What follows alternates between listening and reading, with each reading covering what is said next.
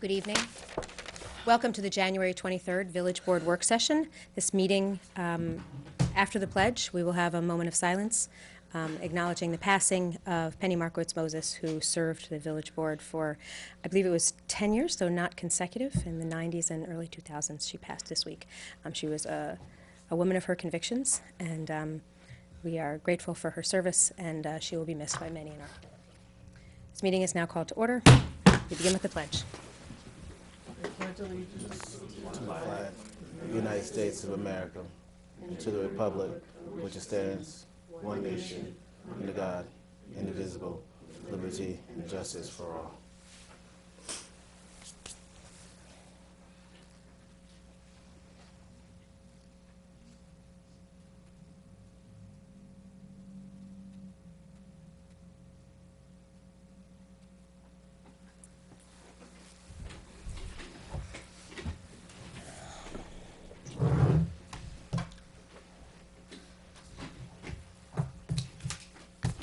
Do we begin with the attendance, sir? Yes, thank you. Trustee Herrera, Present. Trustee Levin, Present. Trustee Bazemore, Present. Trustee Quezada, Present. and Mayor Garrity. Present. Are there any announcements? Why don't, You want to wait for that? yeah, and we we'll go? can do Okay. the announcements after and just do the resolution. We have one resolution here. Appointment Civilian Police Complaint Review Board. Resolved that Osei Essed and Kimberly Cohen are appointed as civilian members of the Village of Ossining Civilian Police Complaint Review Board, each for a 2-year term expiring on December 31, 2020, pursuant to Village Code Section 8-5A1. And be it further resolved that Lieutenant Richard Damiano and Police Officer Anthony Perillo, nominated by the Chief of Police, are appointed as members of the Village of Ossining Civilian Police Complaint Review Board, each for a 2-year term expiring on December 31, 2020, pursuant to Village Code Section 8-5A2. And be it further resolved that Sergeant Aaron Zimmerman, nominated by the Chief of Police, is appointed as an alternate member of the Village of Ossining Civilian Police Complaint Review Board for a 2-year term expiring on December 31, 2020, pursuant to Village Code Section 8-5A3. Do I have a motion? So move. Second. Does anybody want to comment? This came up pretty late in the week, so we didn't really have an opportunity to talk about it, though we did talk about the candidates a couple of weeks ago and just had neglected to put the resolution on last week during our regular legislative session, at least for the 2 civilian members that we had discussed. I spoke with both of them today. They're very interested in the opportunity, and I think we all had an opportunity to read through their original applications, but I can probably find those if anybody had any further questions. No? We're good? All right. All those in favor? Aye. Opposed? All right. Now, Mayor, we do have one additional resolution, but that would be after, I think, we have the discussion on the MOGO. So at this time, I would, So let's do announcements, then MOGO, then we can vote on MOGO. We'll just make motions to go in and out of all Fine. kinds of sessions. correct. So, Do we need to motion? We didn't actually announce that we were in a special session or anything. well, we called it to order, so. Good enough. We'll do that. Why don't we have if we can have a motion now to adjourn the legislative session. And enter into a work And to session. enter into a work session, Okay. please. Second. All in favor? Aye. All righty. So now would be a good time for announcements. Who has announcements this week? Sure. Thank you. Good evening, everyone. So just a reminder, as you know, we've had quite the challenging winter weather. It's been quite cold outside, so just a reminder that the Ossining Emergency Shelter is open temporarily until March, and all you have to do is arrive in front of Open Door at 9 p.m., and a staff member from the Emergency Shelter Partnership will be there, and depending on the site, they'll either walk you to the hosting site or will bus you to it. That's at 9 o'clock, Monday through Sunday, in front of Open Door. Once you arrive, there will be a hot meal for you. You'll be able to hang out for a little bit, and then lights out. All guests that attend the shelter are then given a bagged lunch and a hot breakfast in the morning by 7 a.m. So if you know anyone who is in need of shelter that is not a child, they could go in front of Open Door every day until the end of the season at 9 o'clock. And my next announcement and last one is just congratulations to MF Jewelers. They are celebrating their second-year anniversary on Spring Street, and they are Ossing's only jewelry store currently. Just wanted to say congratulations, and for those that are watching or listening, if there's any other Ossining business that has a milestone that we may not be aware of, please let us know. Thank you. Nice. Good evening. Just wanted to remind everyone, Tom, got it? Tomorrow for free, Thursday, January 24th, 7 p.m. at the theater in the public library. There's going to be a one-woman show. This is based on a storyline of some kids. I have to read this. Some kids who did a study for their high school, Protestant kids who did a study in rural Kansas. And after finding a clipping about this woman, Irina Sendler, who saved 2,500 Jewish kids, they decided to research her story and tell her story. And there's now a one-woman show about this woman and about the story.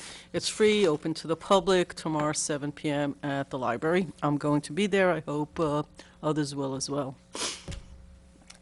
I'll put on my documentary, no announcements on this side, right? I'm going to put my documentary and discussion series hat on and invite everyone on February 7th to attend the screening. It's free to the public at 6:30 p.m. in the Boudars Theater at the Ossining Public Library. This is actually written by James Baldwin. It is called I Am Not Your Negro. To learn more about it, go to ossiningdocumentaries.org. And it is, as always, free to the public. It begins at 6:30 in the evening on Thursday, February 7th. Alrighty. Madam Clerk, you had an announcement this week. I Madam do. Manager, you have an announcement this Yes, week. thank you. I wanted to remind the board that NICOM's Winter Conference is scheduled for February 10th through 12th, and wanted to know if any of you want to attend. This year, they're going to be talking about the governor's proposed budget and a lot of the items that are in there that are probably not as favorable to municipalities as we would like, specifically the elimination of AIM funding to 480 villages and towns and communities. They're also going to talk about the legalization of recreation marijuana and doubling water infrastructure funds, which could be an advantage to us, and also the fourth round of the Downtown Revitalization Initiative. So it's 2 days. It would be kind of fun to kind of go as a group. I know the mayor had proposed that a couple years ago, and maybe we could pull that together. But anyway, I just needed to know, think about it. I'll resend this email to you all, and I am interested in attending this one. I will say, Okay. when I was thinking about us attending as a group, there's one in the spring that is, this one is more focused Okay. on the state legislative agenda, which is interesting, but isn't as focused on municipal opportunities, although I am, I would like to go, and Big ones. I'll certainly look into, especially the water one there. That, I was thinking of this spring, although I would like to attend this one. I've only Okay, great. attended this one once, and that was my first year in all right, office. we'll send a reminder out, and anybody that You have wants. the date for the spring one, too? I do not. No, that's not out yet. It's not out yet. It's in May, it will Website be in today. Cooperstown. Oh, it's gonna be cool. Okay, And that's where my summer vacation is. okay. Oh, right. Did you- Okay, great. Excuse me, Debbie. Yes. Do you happen to see what was the funding that the Village of Austin will now be getting this time from that budget? So, yes, the elimination of aid is about 250. 204, The AIM I funding saw. that we're no longer getting. Yeah, that's what I saw. too. right. But that's what's proposed. It's proposed, correct. So this is what we will be fighting against when we go up in February. Correct, yeah. Okay, great. Great, thank Thank you. you. First up on the agenda is the MOGO discussion. A while back, Tracy Corbett was here when she was a county planner and had presented the MOGO plan to us at the library, and we are being asked by the town to pass a resolution in support of this and to adopt it as a plan for us. So I asked Tracy to come and explain what that really means for us as a village, and to ask for your support in support of the other two municipalities who have already passed this legislation. It shows that we're all together, and I'll let Tracy discuss it a little bit more. So Tracy. Oh, I was on. Sure, the MOGO plan, we presented it, it was this summer, just before I came here. The plan is really just lays out some general policies of how we could proceed to make this community a better, more bike-friendly community and provide, they kind of laid out some trails that they thought would be the best paths to make those connections, to connect our parks and our commercial areas. So the document is really a policy document that we could use to point to when you want to write for grants and say we want to implement this policy. It doesn't really tie the village to require us to implement it, but it's just to really do it when it's practical and feasible. We already have a complete streets plan, so we're actually one step ahead of, I think, some of the other communities as far as having bike policy. Do you have any questions? Any downsides? I don't think so, For because us? it's really just a policy plan. You know, I think having, in a community where the car ownership is lower than the rest of the county, having better biking facilities would be an asset for those people who don't have cars. And actually, we'd encourage more people, we'd like to Right. encourage more people to Right. bike and walk Yes. and having safer streets to be able to do that is Absolutely. If certainly people a goal have of ours. more, better pedestrian connectivity is to decrease car use, would hopefully help air quality and increase, hopefully people live healthier lives if they get more exercise, so, And decreases the demand on parking as well. yes. It doesn't take as much space to park a bike. May I ask a related question, I guess? So about 2 years ago, there was a grant opportunity that we partnered with the town to connect to the bike path of North 133, I think, 134. That's what this is. This So was, so my question is that because I know the planner at that time was, you know, they had to set up a percentage, they had to work with the county and the other municipalities. Is that done? Is that phase done? And this is a part two, so to speak, of that? no, this was actually the part one of it, was creating the plan, and then the part two was actually doing a project implementation. The town is working on creating, they've hired, I think, Sam Schwartz Engineering to come up with a more advanced plan for North State Road, and to do an example of complete streets in the study area. So that's what the first project that kind of moved forward. The state, through part of the MOGO plan, New York State Department of Transportation did a detailed evaluation of Route 133 and gave some general costs to actually create different levels of bike access on that corridor. They went beyond the scope of where they have jurisdiction and went all the way from Route 9 all the way to Route 100. Because at that time, I remember the conversation that we had was, you know, there was no money that we needed to put for this program, but there was some time frame that there was investment from the planner to be part of this whole project, so to speak. Yeah, they were looking, it was a Hudson River Valley Greenway grant, I believe, and it required in-kind match. And really, as a county planner, most of my time, because I was the one that actually pulled the plan together and the GIS work and worked at a lot of their workshops. So they really used most of my time, if not, I think my time might have qualified for that grant match. But yes, I believe that the previous planner for the village and the town's in-kind services and the town of Newcastle, they all participated in this. So we were able to use our time, staff time, to use as a match. And then they're using that the money that the state was getting to actually work on implementing a project, to hire a consultant to move forward on something. So by us implementing this portion, what does that mean for you, I guess, now that you're the planner for the village? There's actually someone at the county, that Bill Brady, who's now working with this MOGO. He's someone I used to work with at the Department of Planning, and they are still participating in this project. Important connection is the North County Trail, and to make connections to all the north-south trails, which the county is, the Riverwalk is one of theirs, one that they include in their trail plan. They don't, the Old Croton Aqueduct isn't theirs, but the North County Trail is a very important north-south. It's also included in the Empire State Trail Plan, which goes all the way now to Buffalo.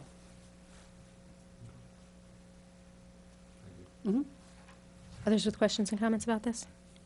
I just say, thank you for mentioning the Empire State Trails Plan, because that was a big push from Governor Cuomo. And so I assume that they're is quite a bit of funding that's available for folks, for municipalities that are contributing to the success of that and the connectivity of that? One of the policies in the plan was actually to create the Empire State Trail. They were investing in gateways to the whole trail Great, system. that's us, right? And, well, they kind of feel like the North County Trail is considered part of their trail system now. And that where the intersection where North State Road crosses and intersects with the North County Trail, there's a large parking lot. And the plan did identify that as a potential gateway, which could have improvement of a kiosk saying, go down here to go to great restaurants and have a little bit more, local signage. There isn't a gateway in Westchester County. I think the first one might be in Dutchess County. So they were, that is one of the goals, is to lobby for that. Okay, I And- mean, I thought, for us in the village, I'm always thinking of the connection from, as a tourist connection on Metro North. I mean, that was a big reason why Yes. the village was part of this pathway. Does that not qualify as what they consider the gateway? Because, There was talk, and it was identified saying that this was a great connection. I think there was a lot of discussion with the state about 133 being the connection from a train station over to the North County Trail so that you can get on the trail system. but the draft path trailway in the village is much more extensive than that. Yes, there were other ones. They kind of created, the pathways that were created were almost like, kind of like if you understand ski slopes, like the levels of difficulty. There are some that were more hilly, some of them that were really meant to be more easier. So they worked pretty hard with some of local bike enthusiasts that kind of rode the trails, and we analyzed their slopes. And the best one for slope is actually 133. That is actually the flattest way to get to the North County Trail. But there was another one that was identified that doesn't have as much traffic on it. So there's a series of different ones, and some of those might never have like an official bike lane, but just markings to say this is, where you could go and know the mileage and the distance and the difficulty. Like an enhanced curb, I think, or whatever they call it. Like Like they call it like an enhanced, not enhanced curb, an enhanced called sharrows, if they're on the Okay. ground. But some of Okay. it's just having emblems, to have a signage saying this is the trail, the bike trail, and where to go. yeah, That, if that's the lower level. yeah. Of the signage, to Okay. just have a trail blazing. But yes, there's sharrows, there's separate bike lanes. The state actually looked at different levels of that in their analysis, of the cost analysis.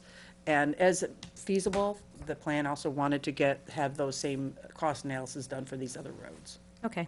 I'm certainly supportive of moving forward with this resolution, but it's not, it's sounding to me like if we're sincere about wanting to truly have more bikeability in our community, that the village is going to have to go beyond what this is. Absolutely. This is just the groundwork to kind of lay some policies, but it's really great to have a document like this so that when you go to write to a grant, you can say, we've already done this groundwork and we want to work to advancing this. So it really is helpful when we're writing grants. Okay, we can talk more about the bigger things another day, so, okay. Any other questions or comments for Tracy on this? All right. Do we need to make a motion? A motion to adjourn the work session and go into legislative session for the purpose of a resolution. So moved. Second. All in favor? Aye. Aye. Now, into our brief legislative session. Following resolution. Whereas the towns of Ossining and Newcastle and the village of Ossining were awarded a $30,000 grant from the Hudson River Valley Greenways Trail Grant Program to develop for an open space, bike lane, commerce connectivity corridor. And whereas the corridor plan project was named Millwood Ossining Go, and a task force was formed to identify pedestrian and bike accessible routes between commercial zones and open space in the Ossining and Newcastle area, including the Ossining train station, business districts in downtown Ossining along North State Road, and the Millwood Hamlet, as well as to the many beloved open spaces in the region. And whereas this trail network will be an emerald necklace for the region, bolstering economic development and the tourism industry, while reducing the community's environmental impact and through the conservation of open space and decreased dependence on cars for transportation. And whereas these improvements for pedestrian and bike access will address environmental and economic justice inequities especially for residents in our community that do not have access to a car for transportation to and from work, school, and play. And whereas the task force has developed a draft plan for bike and pedestrian connectivity in the region, including input from the neighboring municipalities of the town of Yorktown and village of Briarcliff Manor, as both geographically connect to the study area. And whereas this plan has identified potential routes for enhanced and pedestrian accessibility, as well as recommended next steps for implementation and ways to make Ossining and Newcastle more bike and pedestrian friendly, now therefore be it resolved that the Board of Trustees of the Village of Ossining hereby adopts the Millwood Ossining Go Plan as drafted by the Intermunicipal Task Force, and be it further resolved that the Board of Trustees of the Village of Ossining agrees to take steps toward implementing the recommendations of the Millwood Ossining Go Plan as is practical and feasible. Do I have a motion? So move. Second. Comments on the board? Mr. Clerk? All those in favor? Aye. Do I now have a motion to adjourn the brief legislative session and go back to work session? So moved. Second. Okay, All in favor? Aye. back to work session. Excellent. So, Okay, there we go. thank you. Next on the agenda is the Comprehensive Plan Committee discussion. I forwarded you late this afternoon documents from Tracy that talk about how we wanted to reach out to the community regarding knowledge of this, and also an updated timeline that had been requested. I'm going to turn it over to Tracy because she has a lot of the ideas, but I think it's going to take a lot of us to work together to get this information out and maybe talk about a flyer or whatever, so. Sure. So this is definitely not an all-inclusive list. As we go through this process and start, we'll think of more people that we want to reach out to. I mean, the goal is to establish a committee that is reflective of the diversity of the village and representation that is geographically balanced. That, what I mean is that we get people from all parts of the village if possible.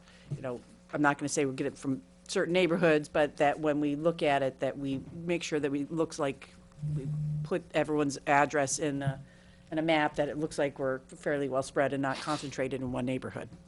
So, you know, we already did a press release, as you know, for the project and to search for committee members, and the email blast to the constant contact list, which, Went to about 8,000 people. How many? 8,000, including all the 8,000? press. so, you know, I think going through some social media type avenues, you know, besides the village's Facebook pages, but to reach out to some of these other ones that are local and very active to announce that we are looking for committee members. We could do an advertisement, a paid advertisement if we think it is necessary in the Gazette, some of the local newspapers and ones that are Spanish language newspapers. I highly recommend also doing direct mailing to churches and religious organizations, the past members of the DRWC members, community organizations, Ossining's Arts Councils, Neighborhood Link, IFCA, Rotary Club, Ossining Historical Society. You know, we really want to touch on all angles of the community. The Green Ossining, so you're looking at people that are environmental, they're neighborhood people, they're people that know things about schools. You want people that kind of know about the community in which they live. So the website is actually started. We actually have a page available and an email address already set up, so we can start receiving information and questions. There's a very short facts page that's just started. We'll definitely be adding to that as we go along, but we didn't want to overwhelm anyone right away, and it's just a start. By the end, we do envision that this most likely will be an online comprehensive plan that is actually a resource for economic development, a resource for community agencies that are looking for data about Ossining. So this will expand, so the website will be a continuum, but right now, we are 2 pages, I think. We're 3 pages. We will create a flyer that we can post on our community boards, asking people to join, and it'll also be announcing the workshop that will be held in the end of February. We'll start, that is not created yet, but it will just be, you know, give some general information about the comprehensive plan process and that we're looking for people in where they can apply online or pick up a hard copy application, which we anticipate would be at the library, municipal buildings, places where people, community centers. We talked about doing a video where we could have something announced on our, the GoTV, maybe, and that could be an English and Spanish type of thing where people are just, as an audio announcement. And then one thing is I want to do, besides the public information meeting, is that I want to meet with each of you, and with Debbie, is to talk to you individually, just to hear and talk to you about this process, so that, I can get a better understanding and have the time just to talk, a one-on-one conversation with each board member. I think it'll help me understand you and help me understand the community. As you know, I've only been here since August, and you guys are really a great resource for communicating with the rest of the community. And know, beyond this list, you're going to think about who else we could reach out to. But there is we have we're planning on not selecting this until March, so we have a quite a good solid month where we can do outreach and people can apply. It's not that difficult to do or that lengthy. Does anyone have any questions about this formation and some of our outreach to, this isn't the outreach for the comprehensive plan, this is just for forming the committee. That's a whole nother animal. Yeah, please. Yeah, so this is actually, I feel a lot better. So I was very, very, very reluctant to, and actually was not okay with the release going out yesterday because I didn't have this yesterday. So as far as I was concerned yesterday, we were just doing business as usual, press release and an online application with like no actual outreach plan. But this is actually an outreach plan for the purposes of creating a committee. So I do feel like a lot better because I was very worried. I do have questions about the proposed timeline though. So. Which the timeline is something that is always going to be evolving and amending too. Right. This is nothing set in stone. So, because at least I suggested, I don't think we really discussed it as a board, but where were we? You had it on here somewhere.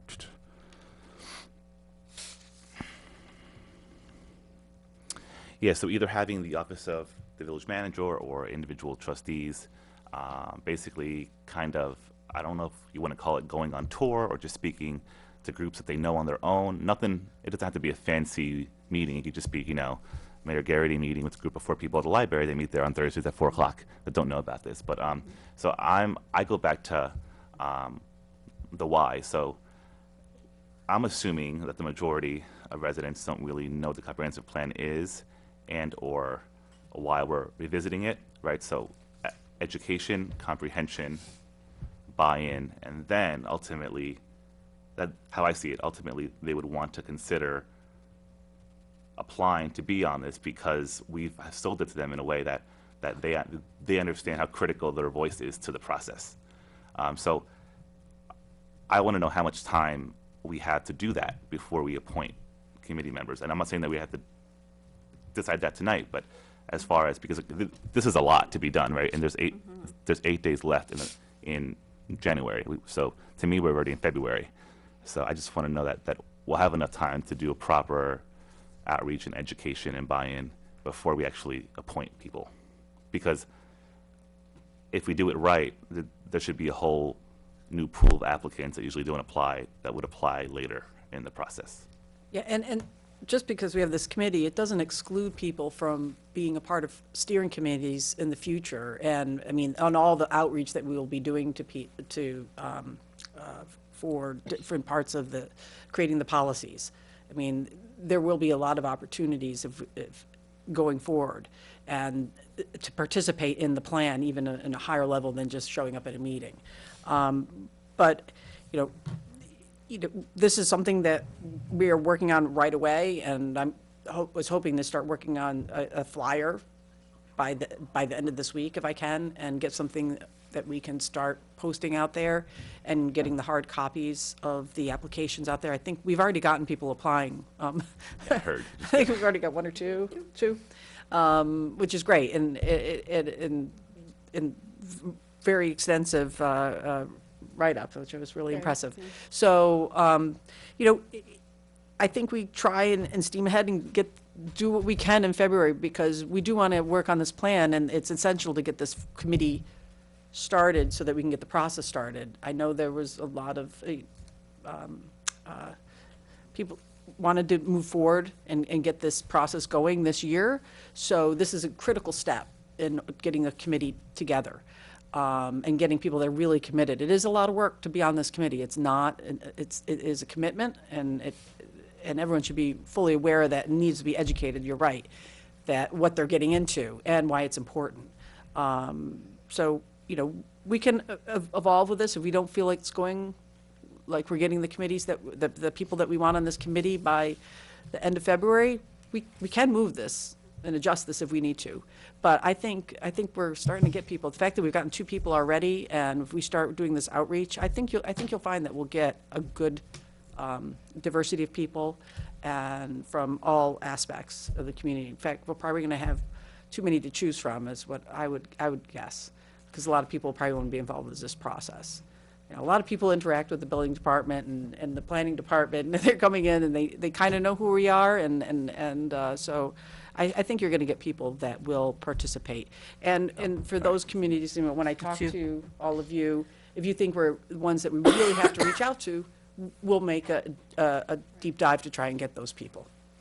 There's a couple of things that I've discussed with several different board members at different times. One of them is the sales piece that you just brought up. You know, how do we tell people this is really important, and it's like one of the biggest important things that we're going to do. And by creating the flyer, we can put those sales items in there, I think, if you want. And also, how do we articulate what we're doing here to a person who isn't normally in planning or doesn't understand all of that. So the average person on the street, you know, may really get excited about this if we sell it correctly. And I think that flyer is the way that we can sort of say, hey, this could be something really fun. And then by the comments that we get, any questions we get, and doing the frequently asked questions on the website, I mean, there's ways that we can, you know, then continue to educate more people. And then the February 28th would be a huge opportunity, and with a YouTube video, to maybe even come up with some questions that we think people would ask, and then be able to talk about those in that piece on the 28th. So, you know, that's the marketing piece. And, you know, I see, like, myself and even some of you saying, okay, I can meet with these folks, or I can meet with that folks, and we all just get out there and start, you know, hitting the pavement, because it's a one-on-one conversation with different folks, and it is a lot of work, but I think it's worth it, because we really need to be out there. But what we need from you is to make sure that we're not missing something that's just, you know, right out there, that, so it's like you didn't even touch this group.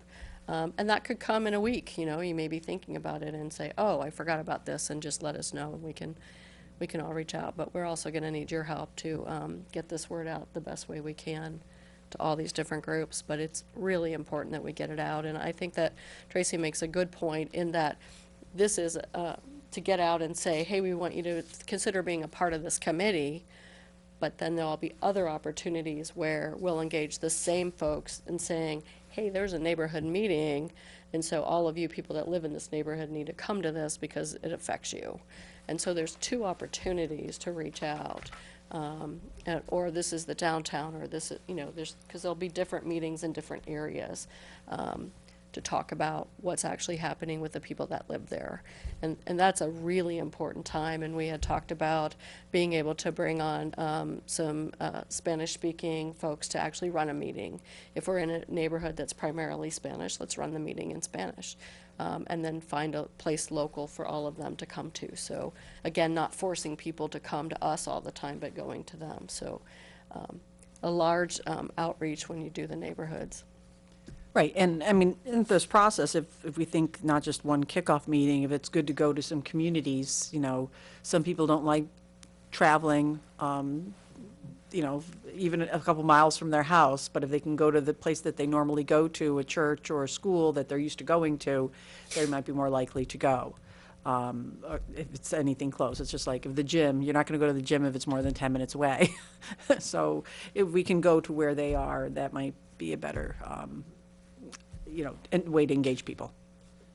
But we can work on this. I mean, this is something flexible. This to me is like, And- this is a great first start. I guess my, I and it's not really an issue, I guess I'm just, thinking out loud, is how do I assure,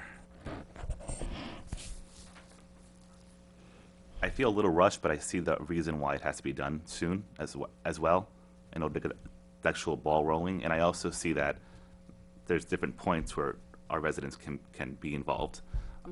I guess I'm trying to figure out, does everyone have a fair chance to get on the initial appointment list to actually have a seat at the table, given that they accept the commitment?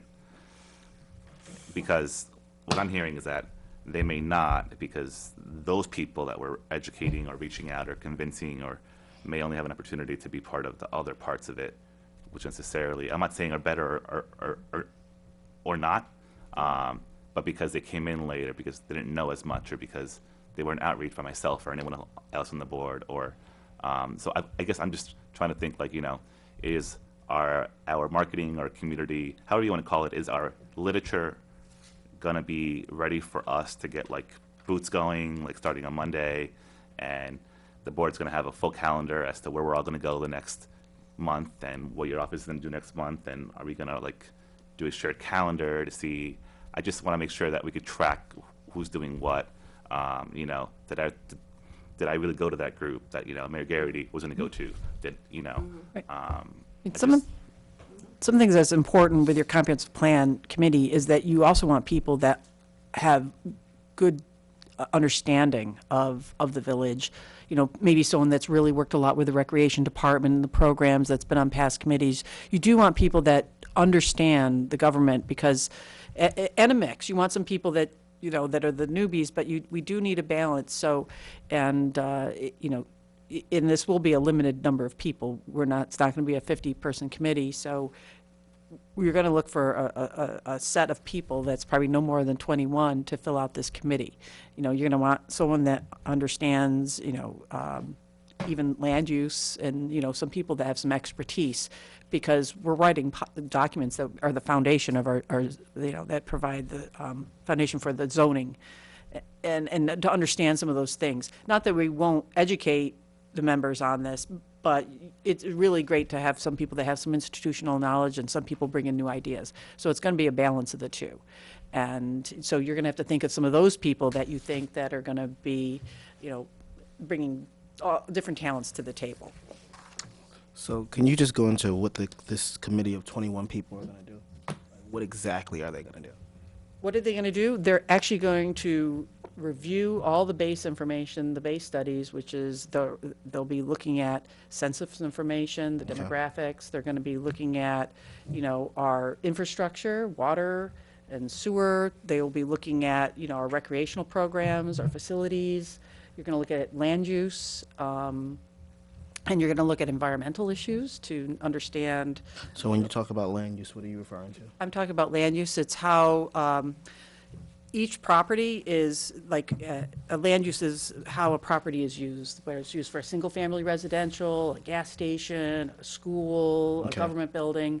Land uses, and it gets very tied closely to zoning on what you can use a property for, like in a zoning district. So when you're referring to zoning, so just imagine we have our zoning map, and I'm looking at IRR, which is our industrial research development zone, right? So like, how in depth is this committee going into, this is a two-family zone, you can do a two-family or single detached, like what? Yes, they will be looking at that and understanding the zoning and the land use, that actually looking at the land use map and what you'd prescribe what the land use should be for the municipality is definitely things that you look at. So question. So with respects to infrastructure, what exactly would this committee be looking at? Our infrastructure would be, you're looking at water, sewer, stormwater, and you'd actually you'd consider our any utilities for energy, and a lot of times you also look at communications, your wireless, anything that's considered a utility, a public utility. So when you say water, are we talking about the amount of water that's produced per day? Like what? Well, with any of your development, you have to be concerned whether you have the capacities to provide that water. Okay. So when you're looking at a neighborhood, and yes, it's the gallons per day, the averages that you get for, you know, a single-family homes, there are averages or gallons per day of how much they use, and you want to make sure that your supply can meet those demands. You know, some industries, such as breweries, can use a lot of water, or other industries, and versus residential. Cemetery doesn't use much water, you know, there's just different things. So your land use is broken out, you can determine what your future needs could be. So if you're proposing like a large apartment building, you need to know that you can meet those needs. And there are some communities that struggle with that can't provide for the water, that they might not be able to get those connections. We have to know that our pipes underground that can possibly, the comprehensive plan wouldn't go that deep, but there are some things about capacities that you want to know that you can meet. Same as with sewer, that you have a sewer plant that, you know, our sewage goes to the treatment plant, and there are capacities to that. And if you're planning, you know, large developments, you want to make sure that those capacities are there. And so who's presenting this information to this committee? Well, it'll be a mixture of, you know, it depends on the data that we're presenting. For studying things like the land use and census information, it'll probably be the Department of Planning. You know, as we move forward, if we feel like we need to do more in-depth studies, we'll probably get consultants to do those reviews. We also tap into our own expertise that we have here of our, you know, the village engineer, our own water. They actually, usually the department heads would come and present to the committee so that they have an understanding of the operations of the village. Okay. So I guess my final point is, it's really, what I'm trying to get at, I guess it's really about how you do the presentation. Because if Andy came over and brought me a stack of papers with some graphs and some yellow, you know, this is the yellow and this is what we're looking at, I may not know what that is, right? Versus having the ability to say, okay, actually, this is what it looks like, and this is what this means. So when we start talking about expertise, I just want to know exactly what kind of expertise were we requiring. Yeah, it's people that kind of have, I mean, sometimes you do want to have someone that has higher level of expertise. I mean, you want people that live in a neighborhood and know what it likes to live in that neighborhood, and quality of life issues. But then it is good to have an architect or someone who understands design, because community character and history are also a part of what we look at. You know, you're looking at all aspects of living in Ossining, whether it's from the water you drink to, you know, the air that you breathe. We can look at all these issues. But I wouldn't expect someone like Andy to be on this committee, like when we're talking about water and sewer. Oh, no, they would come and present to you and Okay. talk, you know, to come and explain things, you know, and you might call in other experts to talk and present at these meetings, and we can tap into those. No, you wouldn't, you wouldn't have them sit on the committee. That wouldn't be the intent at all. So I think in general, I kind of, Trustee Herrera didn't say it, and I wouldn't dare put words in his mouth. But when this is a lengthy list, and I would say that there are definitely some organizations that not only need mail, but actual someone coming to the organization. Emails, if you're not in their mailing list, you're going to spam, and some people don't check spam. Some people go to the spam box and select all and delete. So if we're going to organizations, right, I kind of want to see what that looks like, right, like on a calendar. So if we're saying that we're gonna, say if the applications are due March 15th, I don't actually think that February is enough time, right, because different places they already have their own calendar. Irregardless of what we're doing here and what we are trying to push, right, we are just coming to organizations saying, hey, this is what we're doing. Everybody doesn't watch our meetings, right? Everyone doesn't get our web blasts. Everyone doesn't get the Monday's mayor's message, right? But if we're going to really push to make sure that everyone gets the information, we have to do it in a different way. And in previous times, people have definitely used web blasts. It's been a while probably since we've actually used direct mail, right? The Facebook stuff, Facebook is getting funnier every day, right? When you start putting out ads, you definitely have to pay for it now. And Facebook is even getting, what I found is people like certain things. And I always wonder, well, why do certain people like these posts, but they don't like my village stuff or this? That's because Facebook has run analytics to say, hey, they like the goofy stuff, but they may not actually like the more serious stuff. So those are some, particularly when you start dealing with social media, those are the things that you kind of want to look at. So yeah, I think it's important. I wouldn't. I understand definitely the need to get the ball rolling, right? But I also want to see this presentation that we're referring to, right? Because that presentation that you have can be the presentation that if you can't do, if your office can't do it, if because people have to, leave after 5 o'clock, then any one of us can actually take that presentation and run with it. But there needs to be an actual plan of outreach. This list is a nice list. This is a nice start. But if you don't actually have it where someone's actually calling people, I want to meet with you, I want to meet here, I want to meet there, that's important. Because while we may say that people will have the opportunity to participate in the future, just thinking back with the experience of the housing needs assessment, it's very hard to engage people that you haven't normally been engaging, right? Right? So you kind of want to, if you put a lot of effort into this now, then when you actually have those future conversations about different steering committees and this, that, and the third, you can do a better job. My concern, just based on the experience that we've had as far as doing outreach and trying to talk to this one and getting this one over here, is that this part right here is crucial. Because if you don't have it if you don't have your flyers or your presentations in such a way where the local mason can understand it, right, or the local pastor or the local sexton or whoever you're talking about, you have to have that in a format that people can understand. What's land use, right? I know what land use is. You know what land use is. We go to conferences 3 times a year to talk about land use. You talking about infrastructure and water. That's why I sit up there and ask, what exactly are you talking about, right? Because I know we have very intelligent people here in Ossining, right? But I also know that just because you don't use a certain vocabulary, that doesn't actually mean that you're not intelligent, right? So I just want to make sure that we as government, it's our responsibility as government, that we try to reach as many people as possible. So I am going to say that I think if it is March, right, I think that's a little too soon, given that it's January the 23rd right now, and we haven't really made one phone call. I also would like to find out, I don't know when the next water bill's going out, because that's a great way to tack on to something, to a mailing, is to Yeah. go on to an existing mailing, as to include a flyer I into. don't think you can, actually. Oh, there, look That's- who's here. we- They go out 3 times a Taxes, we month. said. Yeah. Water bills go out every month? Every 2 months, I think. Every Does that 3 make months. sense? Every, Every 3 months. Oh, every month they go up, but not Oh, every okay. 2 months. You don't get it every month. oh, not everyone gets it every month. Not everybody You'd gets want it. it to go up. It's, Oh, right. yeah.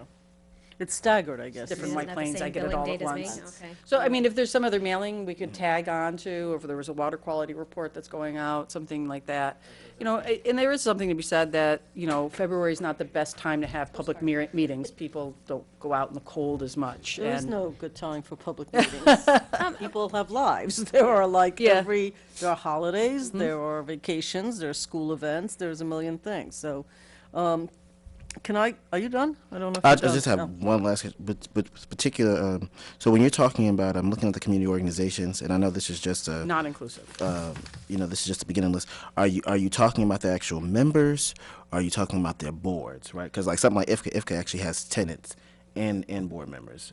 They could go to either. I mean, if you're a tenant that lives here, that would be great. If we can tap into using their email lists, if they can email it to their members, people that they know, distribution lists. We're looking for any resident of Ossining. Okay. Whether you rent or even if it's a commercial property owner, not necessarily live here. They're an important aspect to this too. Okay. So this is, you done? Yeah. Okay. This is a great list. So there's approximately 30,000 people. It's probably about 8,500 households. Your list probably covers some of that. It's not going to cover all of it. I just suggest that people who sit on this board look at this list and email Tracy anything that was left off this list within the village of Ossining, and also information, just email. I had the same thought about IFCA as an example that Quantel just brought up.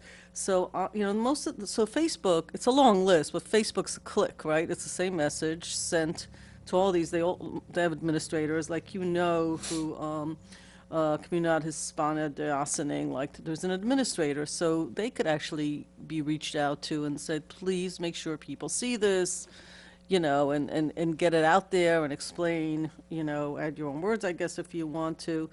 The religious organizations are really tough. I mean, mine won't put things in they have a huge newsletter, they won't, I know they're not gonna put this in there, it doesn't matter that there's something goes out every Friday, that's not what they do. They just don't. So they're not sending it out, but you could send it to various swans and I guess ask them to. You can send it to my synagogue. They're not getting, they just don't.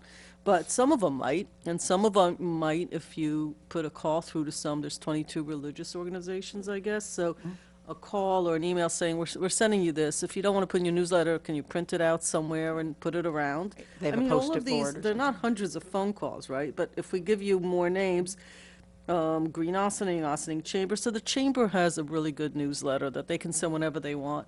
So that's, and you're a liaison, right? So you could just call Gail and Johnny G and just say, please send it out to, and then have your members send it out to anybody on their list, right? Because some of the businesses have their own. So that's like a phone call from you as the liaison to the chamber, as long as we get that out. So some of this just has like a nice spider effect.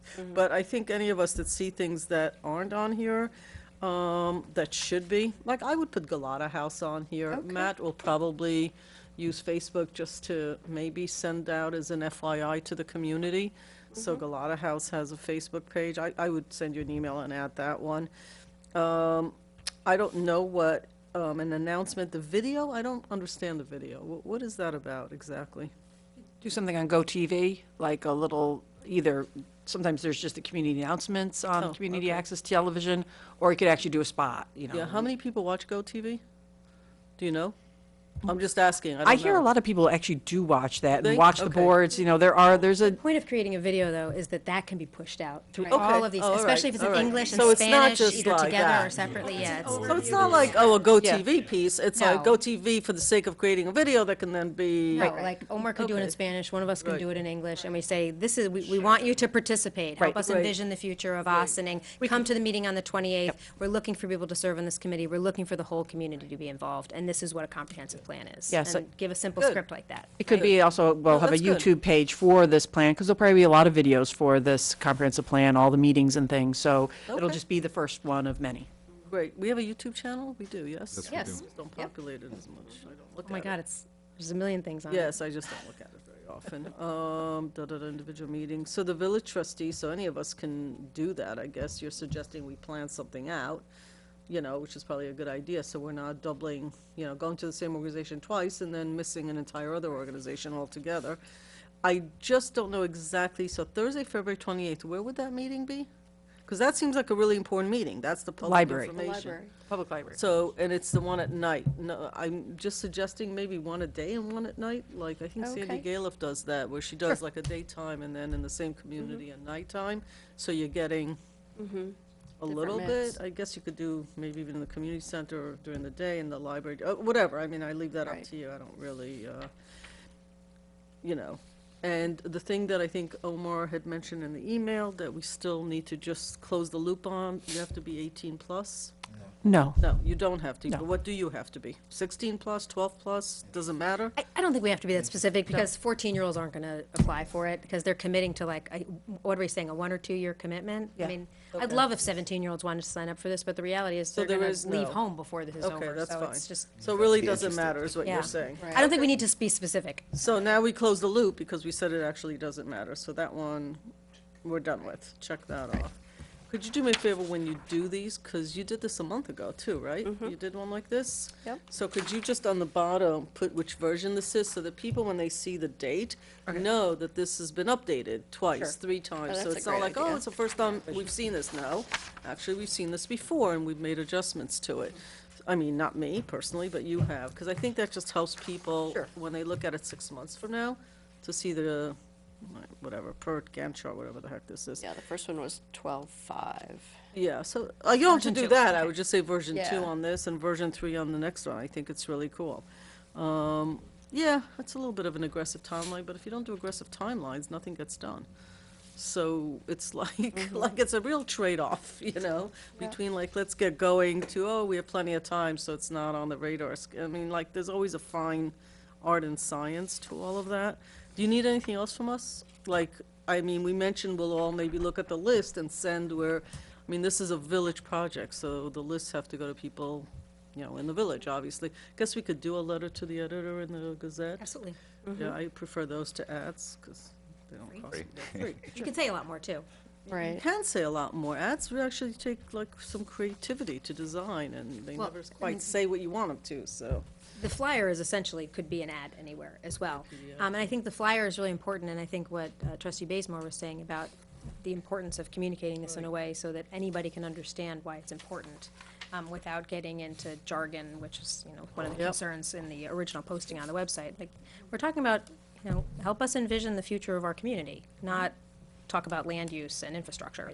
So then the flyer can be really, really simple and then direct people to the website. And because nobody needs to have an expertise in land use to be part of No. this, because No, you they don't need to need- be an expert in being an Austining resident. That's most important, is to understand the village and have some understanding of what the village is and, you know. Are we restricting this to village residents or people who identify as part of the Austining community? It's definitely, there might be some people that are, maybe work here and they don't live here, they could own a property here or run a business here, or someone who's an expert in maybe something housing. I'm just saying as an example, in Austining. So you might want someone, they might be a head of a nonprofit that they don't live here, but they're here all the time. So I wouldn't limit it to just residents, but I would say that it would be the bulk of the committee would be people that do live here. De facto would be. I'm fine with having it be more loose. There's a lot of people who don't even realize what side of the border they live on until something comes up that strongly identify as part of the Austining community, and their voice could be valuable, but I just thought we should make sure.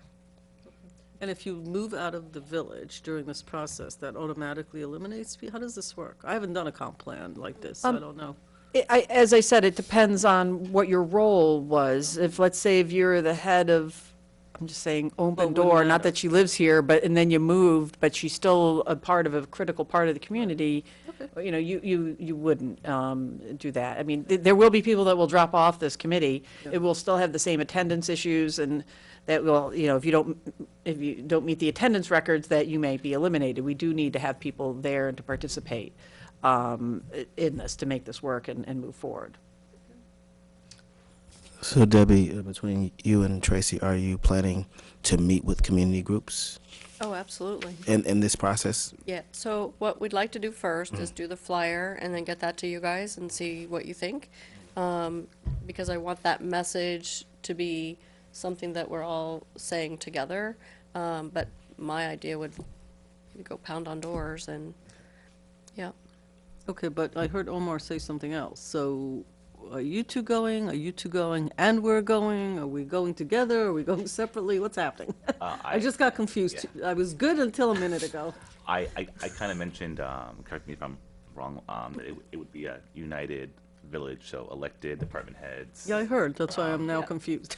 So, That would do the outreach in multiple Okay. facets. But I just Okay. wanted to touch base on one point, whether, when we go out on our own, whether that's whatever way we choose to do so, as you mentioned earlier, I just want to stress this, the importance of having consistency. So I do want some sort of, whether you want to Right. do a one-pager for us, or Yeah, a that's fine. PowerPoint that we Sure. show to someone, or a brochure, however you want to do it.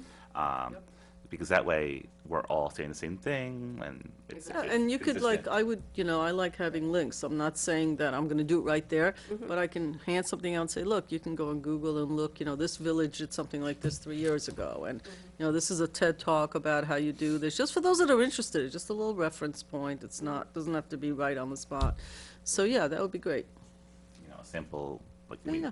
you know, like, hey guys, each group you meet with, these are your 3 objectives that you should try to aim, and then you know what I mean, just for us We're all to, communicating and Yeah. with the same message. Yeah.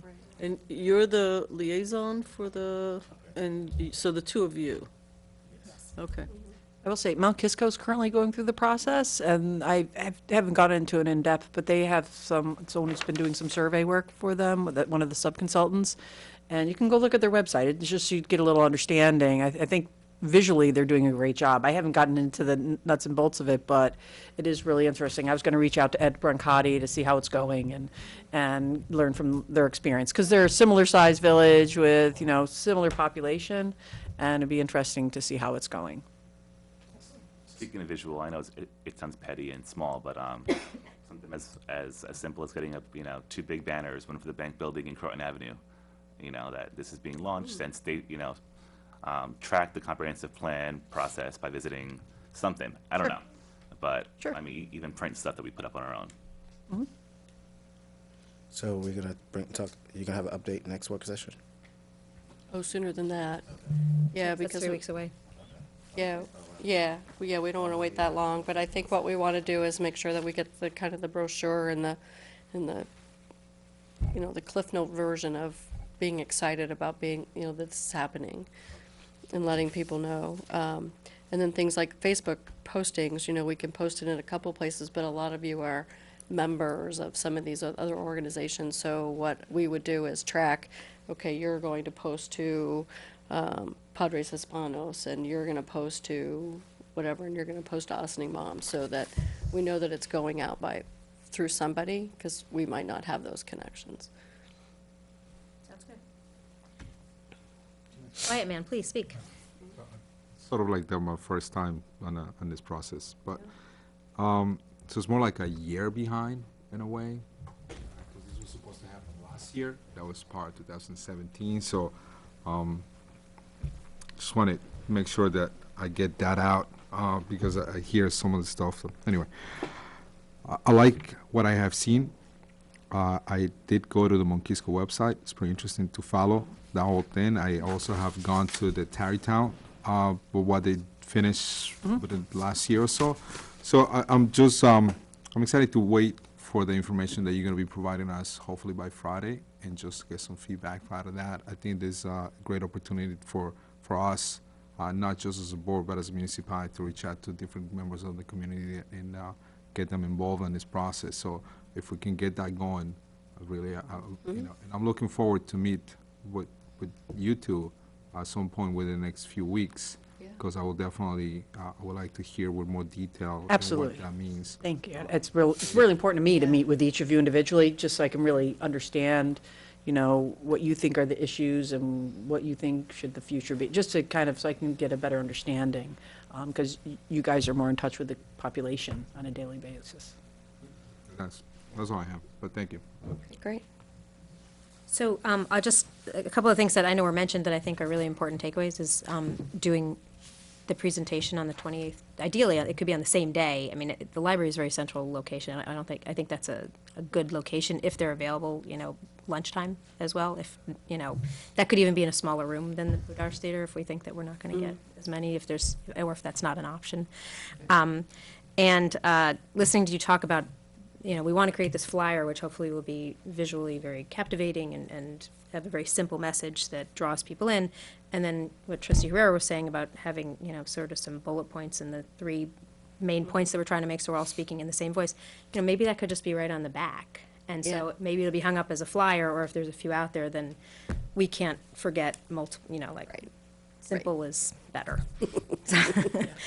And then there's one piece of material, and when we push it out in social media, we push out the flyer, and then we can just reiterate that same message that we're putting out on the back. So it's important that the language is something that's reflective of all that you're going to hear from each of us in our individual meetings. And you just sparked 2 ideas. We should make arrangements now for someone to make the presentation in Spanish. So a person that could actually present, but in Spanish. Not a translator, a person that could actually present the whole thing in Spanish. That way we could also record it and put it along with. Maybe one of us or one of yous can do presentations to the school board, where that's also a different audience and televised as well.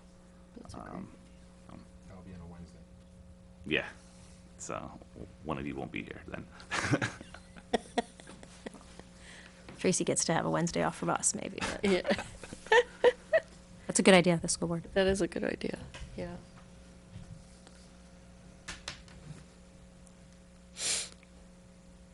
You know, the video idea that Tracy was talking about earlier, it should, if we're doing it in English and Spanish, it can really be, you know, just a different way of presenting all of that information, maybe putting the slides up and somebody saying it once in English and once in Spanish, yeah. Can be coming from us. And, okay, Well, we have the studio. right. And so, you know, Sue has always offered to have us come in and have like a little roundtable discussion, if you will. So that might be a great way of kind of scripting out the message and then doing one of them in English and then one of them in Spanish. Okay, And just videotape them down at the rec center.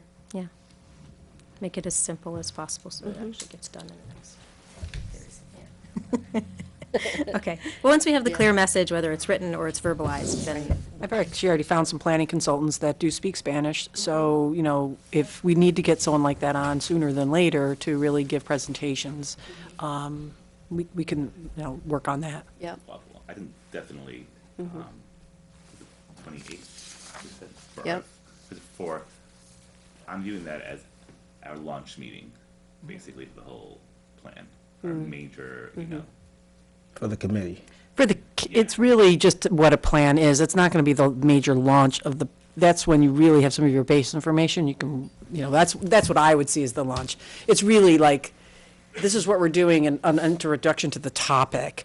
But the plan, I think, really starts when we have some base information and can really get people digging into it. So it's kind of like, so what we're doing on our own before that, we're just doing it. What we're doing on our own before that, we're just doing it again there, just with a little bit more detail. Yes, yeah, it'll, right, this one is really going to explaining the process, which I had a little presentation before, but we'll have something that's a little bit more detailed. I'll probably have some newer maps and things available that we can look at. I mean, I've already been working on updating the existing land use map and having some things like that available, some visuals, you know, so people can understand, and maybe someone's never seen a zoning map before, and just some of the things that really are critical to the process, so hopefully we can have that, and we can discuss whether we can get someone in, how we can deal with the interpretation, to have it also be in Spanish. So when will the presentation be done? Because in my mind, even if the village manager's office is going to meet with groups, or even if we're meeting with groups, it's not just a flyer and 3 points in the back, right? Like if we got 10 people, you know, a visual. You know, I'll say this. One of the reasons that everyone has a screen everywhere, whether it be restaurants, whether it be churches, is because people pay attention to screens. We're addicted to screens. So, you know, watching something, for some reason, people process today, or at least in my experience, versus us just talking. So, even if it's you, if it's us, or whether we pick who's going to do what, when is the presentation going to be finished? Well, I have to really look at my calendar and Okay. balance this with everything else that I Okay. do. So I Because- can't give you that exact date that it would be done Understandable. So my point is, at this moment. like, if you were really leaning towards the 28th to do like the kickoff, and if we really said, hey, we're going to go out to the community and to and say, hey, we're going to meet with this group here, we're going to meet with this group over here, you're going to meet with this group over here, you're going to meet with this group over here, then your presentation would be key, right? Because that would be the presentation that is in the simplest form, not just a flyer with 3 points in the back. Because again, we're trying to encourage people to say like why this really matters. so let me just caution you a little bit in that there's multiple touch points. So we want to make sure this message goes out every month to keep it alive in the community. But you're looking for 21 people right now. And so are you talking about the touch points every month that keeps it alive so people will come and participate in their area? Or are you talking about this extensive outreach to get 21 people? So while it may be 21 people, I think the whole purpose of this conversation from the onset was to make sure that we have a breadth, like a wide breadth of 21 people. We could go to the DWRC right now and say, hey, Yeah, you know what I mean? Yeah, We could do that tomorrow. right, right. But we kind of want to make sure, again, you know, Yeah. my idea, this is government, we want to reach as many people as possible, right? As much as Facebook is a point of access, some groups are definitely engaged and more popular than others, and others, Well, they'll talk about it. you know what I mean? So that's what I'm saying. You know, when we're talking about, you know, flyers versus 3 points, I think it's important that as soon as that presentation, because we had a whole conversation about, you know, we're going to see this one, we're going to see that one. Based on our experience with the housing needs assessment, right, you cannot start. You can't say, hey, you know what, we're going to, on June 9th, everybody has to be here. No, it's the constant engagement. Yeah, you got to build it. Absolutely. Yeah, got to build it. Okay, thank you. Are we all set? I think We so. got the to-dos up here. Great. All right. Thanks for staying. Thank you, Tracy, Thank you, Tracy. for your evening. All right. So next on the agenda is 200 Main Street. Paul and Andy are here for that discussion, and I do want to thank Trustee Casada for coming and meeting with us independently and talking about the project to get up to speed. We do want to get a sense from the board if this is a project that you want to move forward this year, and because it'll be integral into the discussion of Tom's discussion for finance on whether or not we bond this project and move it forward to take care of our property. So, Paul or Andy, did you want to come up? Please join us.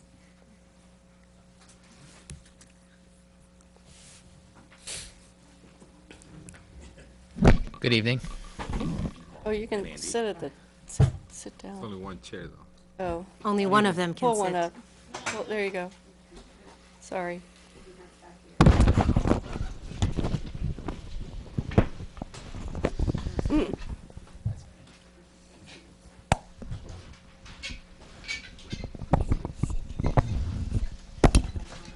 The other one, the other way. Oh, yeah. I think you got enough lead. No, you gotta hit the button. Hit the button. We on? Ta-da. Okay. All right, thanks. Good evening. Welcome. So we've talked about this project, and I think, actually, Trustee Casada, I'd like to just kind of ask you to lead the, you know, with your thoughts, because you're new to this, and you did take a lot of time to review what we were doing, so I appreciate that very much. Thank you. So yes, I met with Andy and Paul and Debbie the day before yesterday, and we sort of went over not just 200 Main Street, but different project that has been on the table. I'm not going to bring that one up at this point, I think, maybe. So to me, it was essential to understand what the $900,000 was and what does that mean going forward. But before I continue, I want to ask Stuart, because I know Stuart had some concerns in regards to the design build portion of this. So I want to make sure I understand if those concerns were addressed. Thank you, Trustee Quezada. The issue that the trustee has raised, the proposal that was presented is what's called a design build, and the question was, is it something that requires the bidding process under our procurement policy? Ordinarily, if you have a professional services, you do not have to go out for bid. This sort of combines both professional services and construction services. The general rule that's been followed by the Controller's Office is that the professional service component is the primary part of the agreement, and it's and the two parts of the agreement are inextricably integrated, meaning that basically one has to depend upon the other. My view is that I'm not convinced that they are inextricably integrated, that it has to be, that it can avoid the bidding process with regard to the construction or the demolition part of what's being proposed here. That does not deal with the engineering part. That's a professional service. I've actually written to NICOM on twice to get a response. The people who I deal with may well be away because they have not gotten back to me. But at least my initial review of this and looking at both the case law and the opinions of the controller is that this particular contract, given how it's put out, most likely would require bids for the work that's being proposed, exclusive of the work that's being done on a professional basis. And that where the controller's office has found that it is essentially, as I said, the phrase inextricably integrated, does not, at least in my view, apply here. I've asked, NICOM for their opinion on it. I've read their brochures. I've read the state's brochure on the procurement. And a lot of cases, municipalities tend to buy a lot of strange things that result in different decisions from the courts. But it's not the kind of that's just my view. So the short answer, Trustee Quezada, is I did not get a response back from NICOM in terms of the opinion. But my opinion is that you would have to bid out is being, let's call it the demo part of the contract, the plumbing part of the contract, the electrical part of the contract.